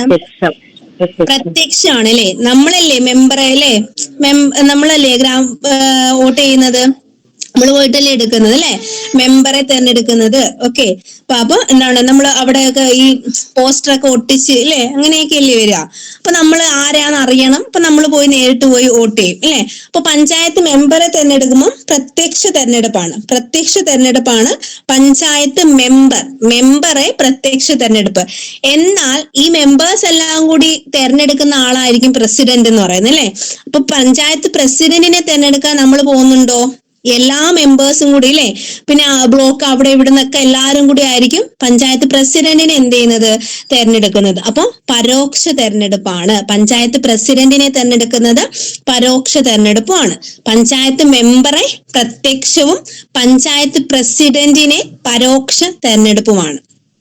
ഓക്കെ, ഇനി ഇന്ത്യയില് പ്രത്യക്ഷ തെരഞ്ഞെടുപ്പിൽ വിജയിയെ തെരഞ്ഞെടുക്കുന്ന രീതി ഏതാണ്?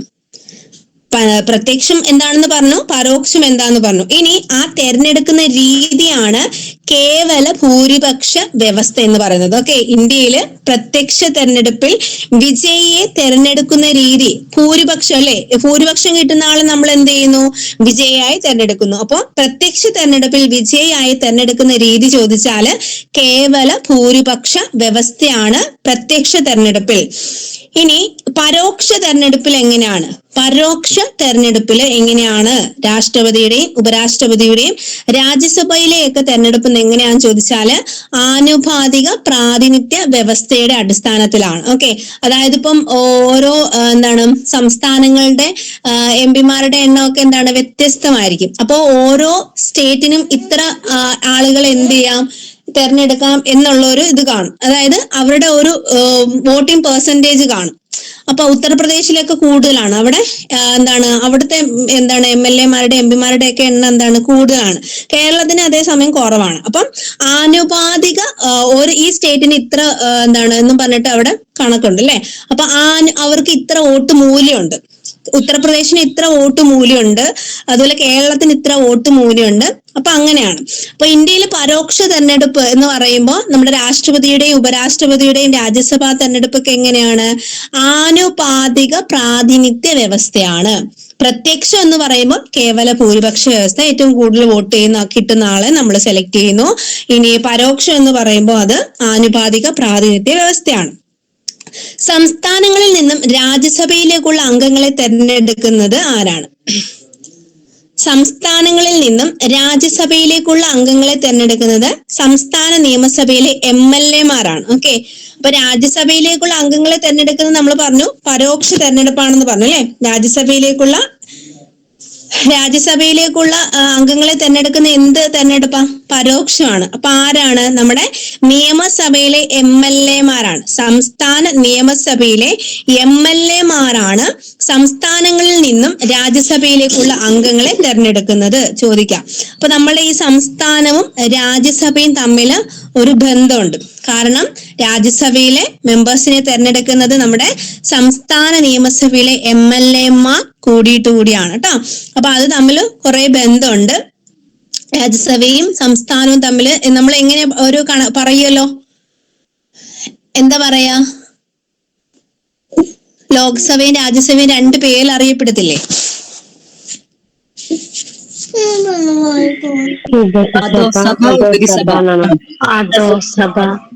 അതല്ലടാ, ഹൗസ് ഓഫ് അങ്ങനെ പറയത്തില്ലേ?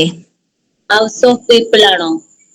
House of people. പിന്നെ അതുപോലെ അങ്ങനെ രണ്ട് വിശേഷണങ്ങളുണ്ടല്ലോ. അപ്പൊ അതിൽ നമ്മള് സ്റ്റേറ്റുമായി റിലേറ്റഡ് ആണ് ഈ രാജ്യസഭ എന്ന് പറയുന്നത് കേട്ടോ. സ്റ്റേറ്റുമായി റിലേറ്റഡ് ആണ് Rajya Sabha. Okay, house of state അങ്ങനെ എന്താണെന്ന് തോന്നുന്നു, അത് നമ്മുടെ രാജ്യസഭയാണ് കേട്ടോ. ഇതില്ലേ അങ്ങനെ ഒരെണ്ണുണ്ട് കേട്ടോ. അപ്പൊ നമ്മുടെ രാജ്യസഭയാണ്. അപ്പൊ നമ്മള് ഈ രാജ്യസഭയുടെ കാര്യങ്ങളൊക്കെ പറയുമ്പോൾ അവിടെ സ്റ്റേറ്റ്മെന്റ് വൈസ് ഇങ്ങനെ ക്വസ്റ്റ്യൻ വരും. ഈ സംസ്ഥാനവുമായി ബന്ധപ്പെടുത്തിയിട്ടൊക്കെ ചോദ്യം ചോദിക്കും. അപ്പൊ സംസ്ഥാനവുമായിട്ട് ബന്ധമുണ്ട് രാജ്യസഭയിലെ ഈ അംഗങ്ങൾ എന്നുള്ള കാര്യം ഓർത്ത് വെച്ചേ. കാരണം ഇവിടുത്തെ നമ്മുടെ ഓരോ സംസ്ഥാന നിയമസഭയിലെ MLA-മാർ ചേർന്നിട്ടാണ് രാജ്യസഭയിലേക്കുള്ള അംഗങ്ങളെ എന്ത് ചെയ്യുന്നത്, തെരഞ്ഞെടുക്കുന്നത് കേട്ടോ. രാജ്യസഭയിലേക്കുള്ള അംഗങ്ങളെ തെരഞ്ഞെടുക്കാനായിട്ട് ഉപ്പായം.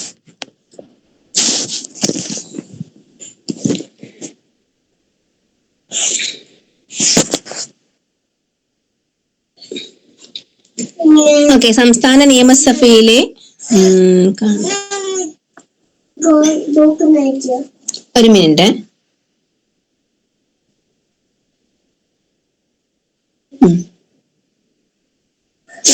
ഓക്കെ, സംസ്ഥാനങ്ങളിൽ നിന്ന് രാജ്യസഭയിലേക്കുള്ള അംഗങ്ങളെ തെരഞ്ഞെടുക്കുന്ന ആരാണ്? സംസ്ഥാന നിയമസഭയിലെ MLA-മാരാണ്. ഓക്കെ, ഇനി നമ്മുടെ രാജ്യത്തെ ആകെ ലോക്സഭാ മണ്ഡലങ്ങൾ കൊടുത്തിട്ടുണ്ട് 543 മണ്ഡലങ്ങളാണ്. ലോക്സഭാ മണ്ഡലങ്ങളുടെ എണ്ണം SCRT-യിൽ കൊടുത്തിരിക്കുന്നത് 543. രാജ്യത്തെ ആകെ ലോക്സഭാ മണ്ഡലങ്ങൾ 543. അതുപോലെ കേരളത്തിലെ ലോക്സഭാ മണ്ഡലങ്ങളാണെങ്കിൽ 20 ലോക്സഭാ മണ്ഡലങ്ങള്, നിയമസഭാ മണ്ഡലങ്ങളാണെങ്കിൽ 140 അല്ലെ. 140 നിയമസഭാ മണ്ഡലങ്ങളിലെ വോട്ടില് ഇങ്ങനെ ഇത്ര കിട്ടി, ഇത്ര ശതമാനം എന്നൊക്കെ പറഞ്ഞിട്ട് ഭയങ്കര ഇതാണല്ലേ. ഓക്കെ, അപ്പൊ 140 നിയമസഭാ മണ്ഡലങ്ങള്, 20 ലോക്സഭാ മണ്ഡലങ്ങള്, രാജ്യത്തെ ആകെ ലോക്സഭാ മണ്ഡലങ്ങൾ 543. ഇനി ലോക്സഭയിലെ പട്ടികവർഗ സംവരണ സീറ്റുകൾ ചോദിക്കുകയാണെങ്കിൽ 47. ലോക്സഭയിലെ പട്ടികവർഗ സംവരണ സീറ്റുകൾ 47ഉം പട്ടികജാതി സംവരണ സീറ്റുകൾ 84മാണ്. ഓക്കെ, നമ്മുടെ എന്താണ് ലോക്സഭാ മണ്ഡലങ്ങൾ മൊത്തത്തിൽ ചോദിക്കുകയാണെങ്കിൽ 543ആണ്. ഇനി അവിടെ പട്ടികവർഗ സംവരണ സീറ്റുകൾ ചോദിക്കുകയാണെങ്കിൽ മൊത്തത്തിലാണ് 47. ലോക്സഭയിലെ പട്ടികവർഗ സംവരണ സീറ്റുകൾ എത്രയാണ്? 47ആണ്. പട്ടികജാതി സംവരണ സീറ്റുകൾ 84ആണ്. ഇനി ഇതൊക്കെ കഴിഞ്ഞ് നമ്മൾ എന്ത് ചെയ്യുന്നു? നമ്മുടെ വോട്ടവകാശം ഉണ്ടല്ലോ അല്ലെ, സാർവത്രിക പ്രായപൂർത്തി വോട്ടവകാശം നിലവിൽ വന്നു. എന്നാണ് സാർവത്രിക പ്രായപൂർത്തി വോട്ടവകാശം നിലവിൽ വന്നത്? എന്നാണ്? 1950 ജനുവരി 26-ന്. അതായത് നമ്മുടെ ഭരണഘടന നിലവിൽ വന്നതോടുകൂടി അല്ലെ, ഭരണഘടന നിലവിൽ വന്നത് എന്നാ? 1950 ജനുവരി 26-ന്. അന്നാണ് അന്ന് മുതൽക്ക് സാർവത്രിക പ്രായപൂർത്തി വോട്ടവകാശവും നിലവിലുണ്ട്. ഓക്കെ, ഇനി സാർവത്രിക പ്രായപൂർത്തി വോട്ടവകാശത്തെ സൂചിപ്പിക്കുന്ന ആർട്ടിക്കിൾ, ഭരണഘടന അനുച്ഛേദമാണ് 326 അല്ലെ. സാർവത്രിക പ്രായപൂർത്തി വോട്ടവകാശത്തെ കുറിച്ച് പറയുന്ന അനുച്ഛേദം ചോദിച്ചാൽ 326. ഇലക്ഷൻ കമ്മീഷനെ കുറിച്ചാണെങ്കിലോ, ഇലക്ഷൻ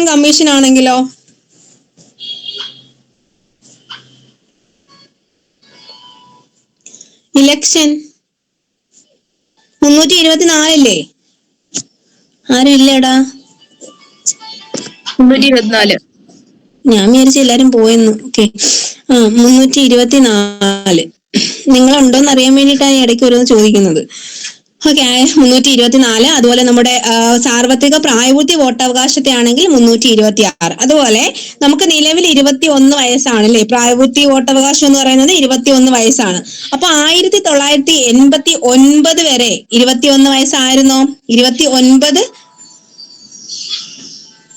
ഇപ്പൊ നമുക്ക് എത്രയാണെടാ? ഇപ്പൊ എത്ര വയസ്സിൽ നമ്മൾ വോട്ട് ചെയ്യുന്ന? 18 വയസ്സല്ലേ? 18 വയസ്സ് മുതൽക്ക് നമുക്ക് വോട്ട് ചെയ്യാം അല്ലെ. 18 വയസ്സ് മുതൽക്ക് നമുക്ക് വോട്ട് ചെയ്യാം. എന്നാൽ 1989 വരെ 21 ആയിരുന്നു അല്ലെ. 1989 വരെ വോട്ടവകാശത്തിനുള്ള പ്രായം എത്രയാണ്? 21 വയസ്സായിരുന്നു കേട്ടോ. 21 വയസ്സ് എന്ന് വരെ 1989 വരെ വോട്ടവകാശത്തിനുള്ള പ്രായം എന്ന് പറയുന്നത് 21 വയസ്സായിരുന്നു. എന്നാൽ അത് പിന്നീട് 18 ആക്കി മാറ്റി അല്ലെ. 1989 മുതൽക്ക് 1981 വരെ 21 വയസ്സ്. അപ്പൊ 1989 61-ാം ഭരണഘടനാ ഭേദഗതി വരുന്നു. ആരായിരുന്നു ആ സമയത്തെ പ്രൈം മിനിസ്റ്റർ? രാജീവ് ഗാന്ധി അല്ലെ. അപ്പൊ 89 61-ാം ഭേദഗതി രാജീവ് ഗാന്ധി. ആ സമയം എന്ത് ചെയ്യുന്നു? പ്രായപൂർത്തി വോട്ടവകാശം 21-ൽ നിന്ന് 18 ആക്കി മാറ്റുന്നു. ഓക്കെ, ഇനി നമ്മളുടെ ഒരു പൗരൻ സമ്മതിദായക രജിസ്റ്ററിൽ ഉൾപ്പെടാൻ വേണ്ട കാര്യങ്ങൾ. അപ്പൊ നമുക്ക് എന്ത് വേണം? നമുക്ക് വോട്ട് ചെയ്യണം അല്ലെ. അല്ലെങ്കിൽ നമ്മളുടെ ആ ഒരു പേര് എന്താണ്, ആ പട്ടികയിൽ നമ്മൾ വേണം, വോട്ടർ പട്ടികയിൽ നമ്മൾ വരണം. അപ്പൊ അതിന് എന്തെല്ലാം കാര്യങ്ങൾ വരണം? 3 കാര്യങ്ങളാണ് പ്രധാനമായിട്ടും പറഞ്ഞിരിക്കുന്നത്. ഓക്കെ, എന്തൊക്കെയാ? നിർദ്ദിഷ്ട ഫോറം 6-ൽ അപേക്ഷ നൽകണം. ഓക്കെ, ഇത് ഞാനിങ്ങനെ സൂം ചെയ്യുമ്പോഴത്തേക്ക് അത് പോകുന്നു. അപ്പൊ അതൊന്ന് നോക്കാം, ഇതൊന്ന് കഴിയട്ടെ കേട്ടോ. അപ്പൊ എന്താണ് ലാസ്റ്റ് എടുക്കുന്നുണ്ട്, സൂം ചെയ്യുമ്പോഴത്തേക്ക് പുറത്തു പോകുന്നു. അപ്പൊ നിർദ്ദിഷ്ട ഫോറം 6-ൽ അപേക്ഷ നൽകണം. നമ്മുടെ ഒരു പൗരൻ സമ്മതിദായക രജിസ്റ്ററിൽ ഉൾപ്പെടാൻ വേണ്ട കാര്യങ്ങൾ എന്തൊക്കെയാണ്? നിർദ്ദിഷ്ട ഫോറം 6-ൽ അപേക്ഷ നൽകണം. ജനുവരി 1-ന് 18 വയസ്സ് പൂർത്തിയാകണം. ജനുവരി 1-ന് 18 വയസ്സ് പൂർത്തിയാകണം. സമ്മതിദാന പ്രദേശത്ത് 6 മാസ കാലയളവിൽ താമസക്കാരനാവണം. അപ്പൊ ഈ 3 കാര്യങ്ങളാണ് SCRT-യിൽ ഇങ്ങനെ പറഞ്ഞിരിക്കുന്നത്.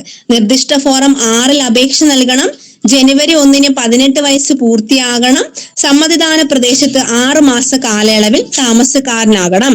അങ്ങനെയാണെങ്കിൽ നമുക്ക് എന്ത് ചെയ്യാം? ഈ സമ്മതിദായക രജിസ്റ്ററിൽ ഉൾപ്പെടാൻ വേണ്ടിയിട്ടുള്ള മറ്റു കാര്യങ്ങളിലേക്ക് നമുക്ക് പോകാം. അപ്പൊ ഇത്രയും കാര്യങ്ങൾ നമ്മൾ എന്ത് ചെയ്യണം അല്ലെ.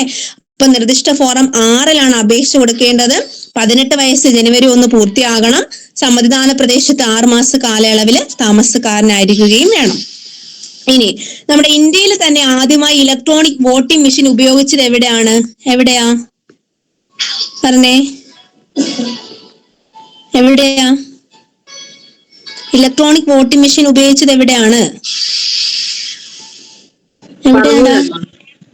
വടക്കൻ പരവൂർ അല്ലെങ്കിൽ നമ്മുടെ കേരളം അല്ലെ, കേരളത്തിൽ എന്ന് പറയാം. ഒന്നുകൂടെ എടുത്തു നോക്കുകയാണെങ്കിൽ വടക്കൻ പറവൂരിലാണ് അല്ലെ. അപ്പൊ ഇന്ത്യയിൽ ആദ്യമായി ഇലക്ട്രോണിക് വോട്ടിംഗ് മെഷീൻ ഉപയോഗിച്ചത് എവിടെയാണ്? കേരളത്തിലാണ് അല്ലെങ്കിൽ വടക്കൻ പറവൂരിലാണ്. ഓക്കെ, ഇനി നമ്മുടെ തെരഞ്ഞെടുപ്പിൽ മത്സരിക്കാനുള്ള കുറഞ്ഞ പ്രായങ്ങൾ നോക്കാം. ഓക്കെ, അത് നമുക്ക് എക്സാമിന് എപ്പോഴും ചോദിക്കുന്നതാണ്. നമ്മുടെ അതും ദാണ്ട് ഇങ്ങനെ ജസ്റ്റ് ഇങ്ങനെ നോക്കോളൂ, വലുതാവുമ്പോഴത്തേക്ക് പോകുന്നു.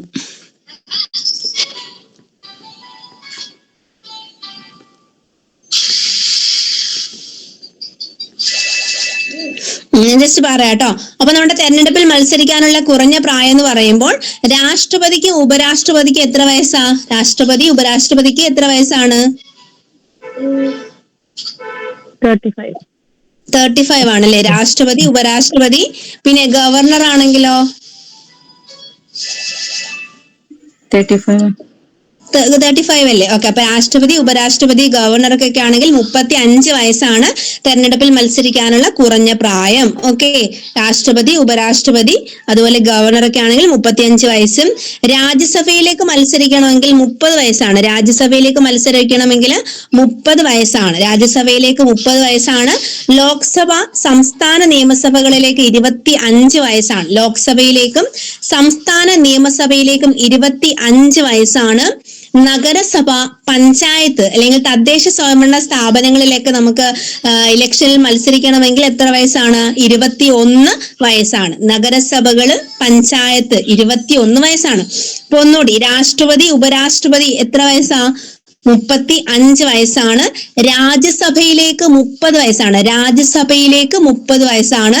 ലോക്സഭയിലേക്ക് 25 സംസ്ഥാന നിയമസഭയിലേക്ക് 25 നഗരസഭ പഞ്ചായത്ത് തുടങ്ങിയ തദ്ദേശ സ്വയംഭരണ സ്ഥാപനങ്ങളിലാണെങ്കിൽ 21 വയസ്സുമാണ്. ഓക്കെ, ഇനി നമ്മുടെ ഇന്ത്യൻ തെരഞ്ഞെടുപ്പ് കമ്മീഷനിലെ അംഗങ്ങൾ എന്ന് പറയുന്നത് 3 പേരാണ്. ഓക്കെ, ഇന്ത്യൻ തെരഞ്ഞെടുപ്പ് കമ്മീഷനിലെ അംഗങ്ങൾ എന്ന് പറയുന്നത് 3 പേരാണ്. മുഖ്യ തെരഞ്ഞെടുപ്പ് കമ്മീഷണറും പിന്നെ 2 കമ്മീഷണർമാരും. മുഖ്യ തെരഞ്ഞെടുപ്പ് കമ്മീഷണറും 2 കമ്മീഷണർമാരുമാണ് ഇന്ത്യൻ തെരഞ്ഞെടുപ്പ് കമ്മീഷനിലെ അംഗങ്ങൾ എന്ന് പറയുന്നത്. 3 പേര്, ഒരു മുഖ്യനും മറ്റ് 2 കമ്മീഷണർമാരും. ഓക്കെ, ഇനി ഈ തെരഞ്ഞെടുപ്പ് കമ്മീഷൻ അംഗങ്ങളെ നിയമിക്കുന്നത് ആരാണ്? മുഖ്യനായാലും മുഖ്യ തെരഞ്ഞെടുപ്പ് കമ്മീഷണർ ആയാലും മറ്റ് 2 തെരഞ്ഞെടുപ്പ് കമ്മീഷണർമാരായാലും അവരെയൊക്കെ നിയമിക്കുന്നത് ആരാ? രാഷ്ട്രപതിയാണ്. ഓക്കെ, രാഷ്ട്രപതിയാണ്. രാഷ്ട്രപതി ഉപരാഷ്ട്രപതി രാജ്യസഭ ലോകസഭ സംസ്ഥാന നിയമസഭാ തെരഞ്ഞെടുപ്പുകൾ എന്നിവ നടത്തുന്നത് ഇന്ത്യൻ തെരഞ്ഞെടുപ്പ് കമ്മീഷനാണ്. അപ്പൊ ശ്രദ്ധിക്കുക, നമുക്കറിയാം രാഷ്ട്രപതി തെരഞ്ഞെടുപ്പ് അവിടെ ഒരു ഇലക്ട്രൽ കോളേജൊക്കെ ഉണ്ട്. എന്നാൽ അതൊക്കെ മേൽനോട്ടമൊക്കെ ചെയ്യുന്ന ആരാ? ഇന്ത്യൻ തെരഞ്ഞെടുപ്പ് കമ്മീഷനാണ്. ഉപരാഷ്ട്രപതി തെരഞ്ഞെടുപ്പ്, പിന്നെ രാജ്യസഭയിലേതും ലോകസഭയിലെയും പിന്നെ ശ്രദ്ധിക്കണം, സംസ്ഥാന നിയമസഭാ തെരഞ്ഞെടുപ്പ് നടത്തുന്നത് ആരാണ്? അത് ഇന്ത്യൻ തെരഞ്ഞെടുപ്പ് കമ്മീഷനാണ്. ഇന്ത്യൻ തെരഞ്ഞെടുപ്പ് കമ്മീഷനാണ്. പിന്നെ നമ്മൾ സംസ്ഥാന തെരഞ്ഞെടുപ്പ് കമ്മീഷൻ ഉണ്ടല്ലോ, അതെന്തിനാന്ന് ചോദിക്കും. അതെന്തിനാ? നമ്മുടെ തദ്ദേശ സ്വയംഭരണ സ്ഥാപനങ്ങളുമായി ബന്ധപ്പെട്ടിട്ട് നമ്മുടെ പഞ്ചായത്ത്, നഗരസഭ അല്ലെ, അങ്ങനെയുള്ള സ്ഥാപനങ്ങളിലേക്കൊക്കെ തെരഞ്ഞെടുപ്പ് നടത്തുന്നത് ആരുടെ ചുമതലയാണ്? അതുമായി ബന്ധപ്പെട്ടുള്ള കാര്യങ്ങളാണ് സംസ്ഥാന തെരഞ്ഞെടുപ്പ് കമ്മീഷനിലേക്ക് പോകുന്നത്. ഓക്കെ, അപ്പോ നമ്മുടെ ഇന്ത്യൻ തെരഞ്ഞെടുപ്പ് കമ്മീഷൻ എന്ന് പറയുമ്പോൾ അവിടെ രാഷ്ട്രപതിയുടെയും ഉപരാഷ്ട്രപതിയുടെയും രാജ്യസഭയിലെയും ലോകസഭയിലെയും പിന്നെ നമ്മുടെ സംസ്ഥാന നിയമസഭാ തെരഞ്ഞെടുപ്പുകളും ഒക്കെ നടത്തുന്നത് ആരാണ്? ഇന്ത്യൻ തെരഞ്ഞെടുപ്പ് കമ്മീഷനാണ്. ഓക്കെ, തദ്ദേശ സ്വയംഭരണ സ്ഥാപനങ്ങൾ, പഞ്ചായത്ത്, നഗരസഭ തുടങ്ങിയവയൊക്കെയാണ് സംസ്ഥാന തെരഞ്ഞെടുപ്പ് കമ്മീഷൻ ചെയ്യുന്നത്. ഇനി ഇന്ത്യയുടെ ആദ്യ തെരഞ്ഞെടുപ്പ് കമ്മീഷണർ ആരാണെന്ന് ചോദിക്കും. ആരാണ്? സുകുമാർ സെൻ ആണ്. ഇന്ത്യയുടെ ആദ്യ തെരഞ്ഞെടുപ്പ് കമ്മീഷൻ ആരാണ്? സുകുമാർ സെൻ ആണ് അല്ലെ. ഓക്കെ, അതുപോലെ നമ്മുടെ എല്ലാ സംസ്ഥാനങ്ങളിലും സംസ്ഥാന തെരഞ്ഞെടുപ്പ് കമ്മീഷൻ രൂപീകരിച്ച ഭരണഘടനാ ഭേദഗതി എന്ന് ചോദിച്ചാൽ സംസ്ഥാനങ്ങളിൽ സംസ്ഥാന തെരഞ്ഞെടുപ്പ് കമ്മീഷൻ, ഞാൻ ഇപ്പം പറഞ്ഞു നമ്മുടെ നഗരസഭ പഞ്ചായത്ത് ഒക്കെയാണ് നമ്മുടെ ഈ സംസ്ഥാന തെരഞ്ഞെടുപ്പ് കമ്മീഷന്റെ ചുമതല എന്ന് പറഞ്ഞു അല്ലെ, അവിടുത്തെ ഇലക്ഷൻ ആന്ന് പറഞ്ഞു. അപ്പൊ നമ്മൾ ഈ പഞ്ചായത്തും നഗരസഭയുമായി ബന്ധപ്പെട്ടിട്ട് ഒരു പ്രധാനപ്പെട്ട 2 ആർട്ടിക്കിൾ പഠിക്കുന്നില്ലേ? അതാ ഏതൊക്കെയാ? ഏതൊക്കെയാ?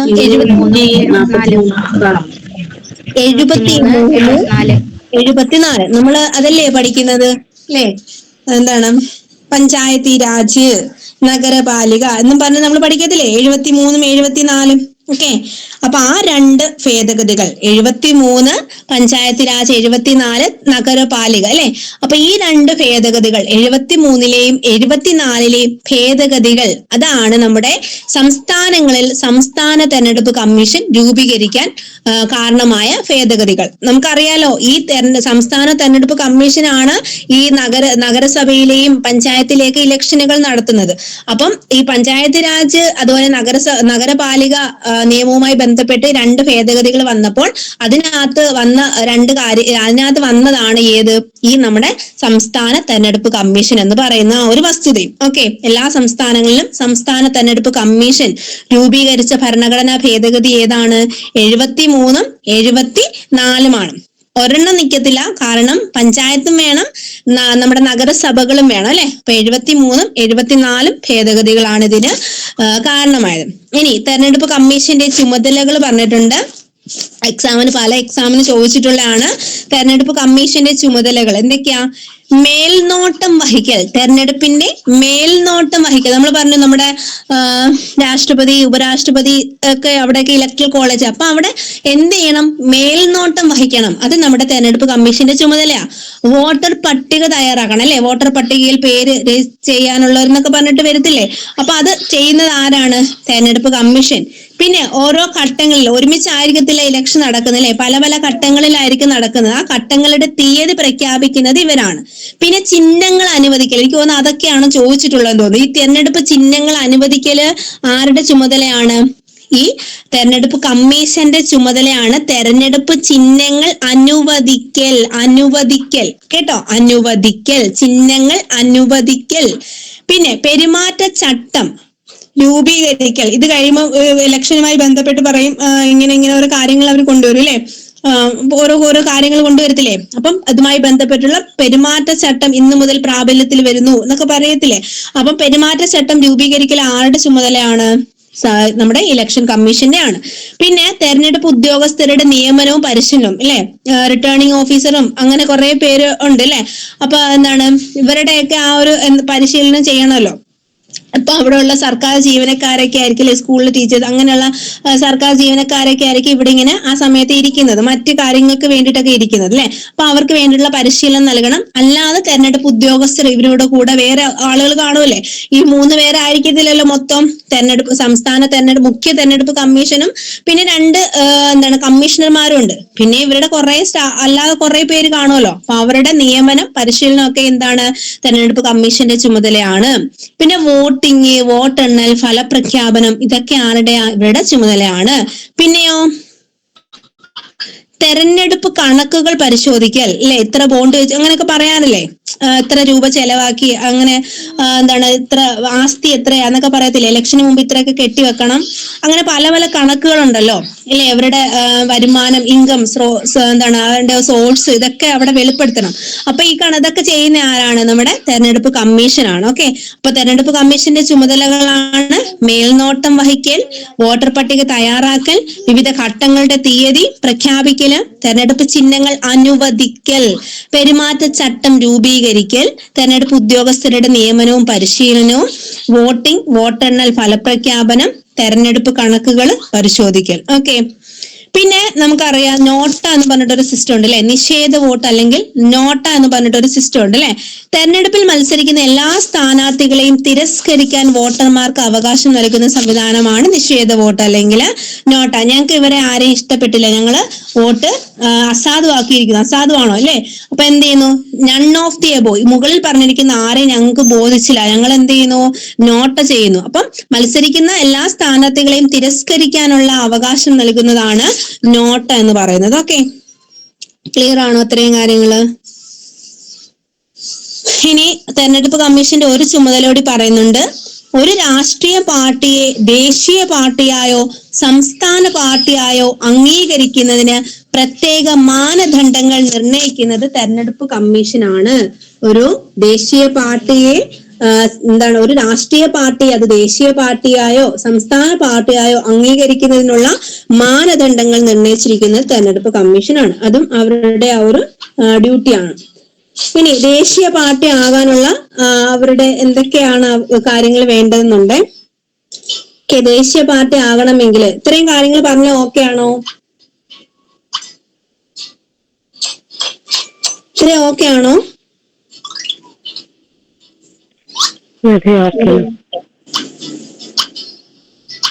എക്സാമിന് ചോദിക്കുന്ന അടുത്തൊരു ഫാക്ട് ആണ് ദേശീയ പാർട്ടിയും സംസ്ഥാന പാർട്ടിയും ആകാനുള്ള ഒരു പെർസെന്റേജ് കണക്കൊക്കെ വരത്തില്ലേ? ഓക്കെ, അപ്പം ലോക്സഭാ തെരഞ്ഞെടുപ്പില് പോൾ ചെയ്ത ആകെ വോട്ടിന്റെ 6% 4 അതിലധികമോ സംസ്ഥാനങ്ങളിൽ നിന്ന് നേടിയിരിക്കണം. കേട്ടോ, അപ്പൊ ലോക്സഭാ തെരഞ്ഞെടുപ്പില് പോൾ ചെയ്ത ആകെ വോട്ടിന്റെ 6% ഈ പറഞ്ഞ പാർട്ടി 4 അതിലധികമോ സംസ്ഥാനങ്ങളിൽ നിന്നും നേടിയതായിരിക്കണം. അതാണെങ്കിൽ ദേശീയ പാർട്ടിയായിട്ട് കണക്കാക്കും. പിന്നെ 1 അതിലധികമോ സംസ്ഥാനങ്ങളിൽ നിന്നായി 4 ലോക്സഭാ സീറ്റ് ലഭിച്ചിരിക്കണം. ഓക്കെ, അപ്പൊ ഒന്നെങ്കില് 6% എന്ത് വേണം? വോട്ട് വേണം. അത് 4 അതിലധികമോ സംസ്ഥാനങ്ങളിൽ നിന്ന് നേടിയതായിരിക്കണം. ഇല്ലാന്നുണ്ടെങ്കിൽ 1 അതിലധികമോ സംസ്ഥാനങ്ങളിൽ നിന്ന് 4 ലോക്സഭാ സീറ്റ് ലഭിച്ചിരിക്കണം. ഇത് ദേശീയ പാർട്ടി ആകാനുള്ള മാനദണ്ഡമാണ്. ഇനി സംസ്ഥാന പാർട്ടി ആകണമെങ്കിൽ സംസ്ഥാന നിയമസഭാ തെരഞ്ഞെടുപ്പില് ആകെ പോൾ ചെയ്ത വോട്ടിന്റെ 6% വോട്ട്. നമ്മൾ നേരത്തെ ദേശീയ പാർട്ടി എന്ന് പറയുമ്പോൾ ലോക്സഭാ തെരഞ്ഞെടുപ്പിൽ 6%, ഈ സംസ്ഥാന പാർട്ടിയിലേക്ക് വരുമ്പോൾ സംസ്ഥാന നിയമസഭയിൽ ആകെ പോൾ ചെയ്തതിന്റെ 6%. ഇനി ദേശീയ പാർട്ടിയിൽ 4 ലോക്സഭാ സീറ്റ് എന്ന് പറഞ്ഞപ്പോ സംസ്ഥാന പാർട്ടിയിൽ എങ്ങനെ പറയുന്നേക്കുന്നേ? 2 സംസ്ഥാന നിയമസഭയില് 2 സീറ്റെങ്കിലും എന്ത് ചെയ്യണം? ഇവർക്ക് ലഭിച്ചിരിക്കണം എന്നാണ് പറയുന്നത്. ഓക്കെ, അതാണ് സംസ്ഥാന പാർട്ടി നമ്മുടെ SCRT പറഞ്ഞിരിക്കുന്ന ഫാക്ട്, ദേശീയ പാർട്ടിയുടെയും സംസ്ഥാന പാർട്ടി ആകാനുള്ള യോഗ്യതകൾ പറഞ്ഞിരിക്കുന്നത്. ഓക്കെ,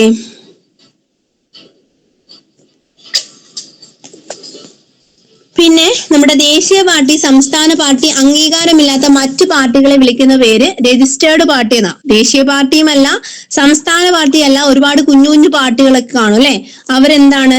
രജിസ്റ്റേർഡ് പാർട്ടി എന്നാണ് അറിയപ്പെടുന്നത്. ഓക്കെ, അവരെ നമ്മൾ രജിസ്റ്റേർഡ് പാർട്ടികൾ എന്നാണ് വിളിക്കുന്നത്. ഇനി തെരഞ്ഞെടുപ്പ് പ്രവചന ശാസ്ത്രം ഇല്ലേ, ഈ ഒരു ഇലക്ഷൻ ആകുമ്പോഴത്തേക്ക് പറയും അവർ ഇത്ര ഭൂരിപക്ഷത്തോടെ വിജയിക്കും, അവർ പൊട്ടും, ഭയങ്കര ഭൂരിപക്ഷമായിരിക്കും, എന്താണ് ഇതുവരെയും കണ്ടതിൽ ഏറ്റവും വെച്ച ഭൂരിപക്ഷം എന്ന് പറഞ്ഞൊക്കെ ഇന്ന ആള് ജയിക്കും അല്ലെ, ഇന്ന പാർട്ടി വിജയിക്കും എന്നൊക്കെ പറഞ്ഞിട്ട് എന്താണ് ഭയങ്കര പ്രവചനങ്ങളാണ്. അപ്പൊ ആ ഒരു ഇലക്ഷൻ പ്രവചനത്തെ വിളിക്കുന്ന പേര് അല്ലെങ്കിൽ ആ ഒരു പഠനശാഖയാണ്, പ്രവചന ശാസ്ത്രമാണ് സെഫോളജി എന്ന് പറയുന്നത്. സെഫോളജി. ഓക്കെ, സെഫോളജി തെരഞ്ഞെടുപ്പ് പ്രവചന ശാസ്ത്രമാണ് സെഫോളജി. ഓക്കെ, ഇനി അവിടെ ഒരു ക്വസ്റ്റ്യൻ പോലെ കിടപ്പുണ്ട്. ശരിയായ പ്രസ്താവനകൾ എഴുതാനാണ്. രാജ്യത്തെ പ്രായപൂർത്തിയായ എല്ലാവർക്കും ജാതി മത ഭാഷ ലിംഗഭേദമില്ലാതെ വോട്ടവകാശമുണ്ട്. ശരിയല്ലേ? പ്രായപൂർത്തിയായ എല്ലാവർക്കും ജാതി മത ഭാഷ ലിംഗഭേദമില്ലാതെ വോട്ടവകാശമുണ്ട് അല്ലെ? ശരിയാണ്. രാജ്യത്തെ അടിസ്ഥാന വിദ്യാഭ്യാസമുള്ള എല്ലാവർക്കും വോട്ടവകാശമുണ്ട് അല്ലെ? വിദ്യാഭ്യാസമുള്ള എല്ലാവർക്കും വോട്ടവകാശമുണ്ടോ? ഇല്ലല്ലോ, തെറ്റാണ്. സ്ഥാനാർത്ഥികൾക്ക് ചിഹ്നം അനുവദിക്കുന്നത് തെരഞ്ഞെടുപ്പ് കമ്മീഷനാണ്. ശരിയാണോ? നമ്മൾ പറഞ്ഞില്ലേ? ശരിയല്ലേ? അപ്പൊ എന്താണ്? നമ്മളിപ്പം പറഞ്ഞല്ലേ ഉള്ളൂ, സ്ഥാനാർത്ഥികൾക്ക് ചിഹ്നം അനുവദിക്കുന്നത് ആരാണ്? തെരഞ്ഞെടുപ്പ് കമ്മീഷനാണ്. അപ്പൊ അത് ശരിയാണ്. പിന്നെയോ അടുത്ത ക്വസ്റ്റ്യൻ കിടക്കുന്നത് സ്ഥാനാർത്ഥികൾക്ക് ചിഹ്നം അനുവദിക്കുന്നത് അതത് രാഷ്ട്രീയ പാർട്ടികളാണെന്ന് പറഞ്ഞു കൊടുത്തിരിക്കുന്നു. അത് തെറ്റല്ലേ? രാഷ്ട്രീയ പാർട്ടികളല്ല, നമ്മുടെ തെരഞ്ഞെടുപ്പ് കമ്മീഷനാണ് എന്ത് ചെയ്യുന്നത്? ഈ ഒരു ചിഹ്നം കൊടുക്കുന്നത് അല്ലെ, ചിഹ്നം അനുവദിക്കുന്നത്. സ്ഥാനാർത്ഥികൾക്ക് ചിഹ്നം അനുവദിക്കുന്നത് ആരാണ്? തെരഞ്ഞെടുപ്പ് കമ്മീഷനാണ്. ഓക്കെ, അപ്പൊ ഇത്രയും കാര്യങ്ങൾ ഓക്കെ ആണോ? നമ്മളൊന്ന് 1, 2 ഒരു 3 പാഠേ എടുത്തിട്ടുള്ളൂ. ഓക്കെ ആണോ? ഓക്കെ ആണോ? ഓക്കെ.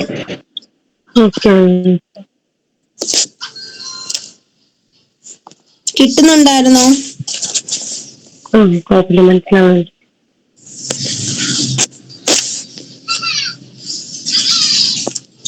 ഓക്കെ, അപ്പൊ നമുക്ക് എല്ലാരും കാണുന്നില്ല. അപ്പം നമുക്ക് അടുത്ത ക്ലാസ്സിൽ കാണാം കേട്ടോ. Okay, okay ma'am, thank you. Good night. Thank you ma'am. Good night. Okay, good night. Thank you.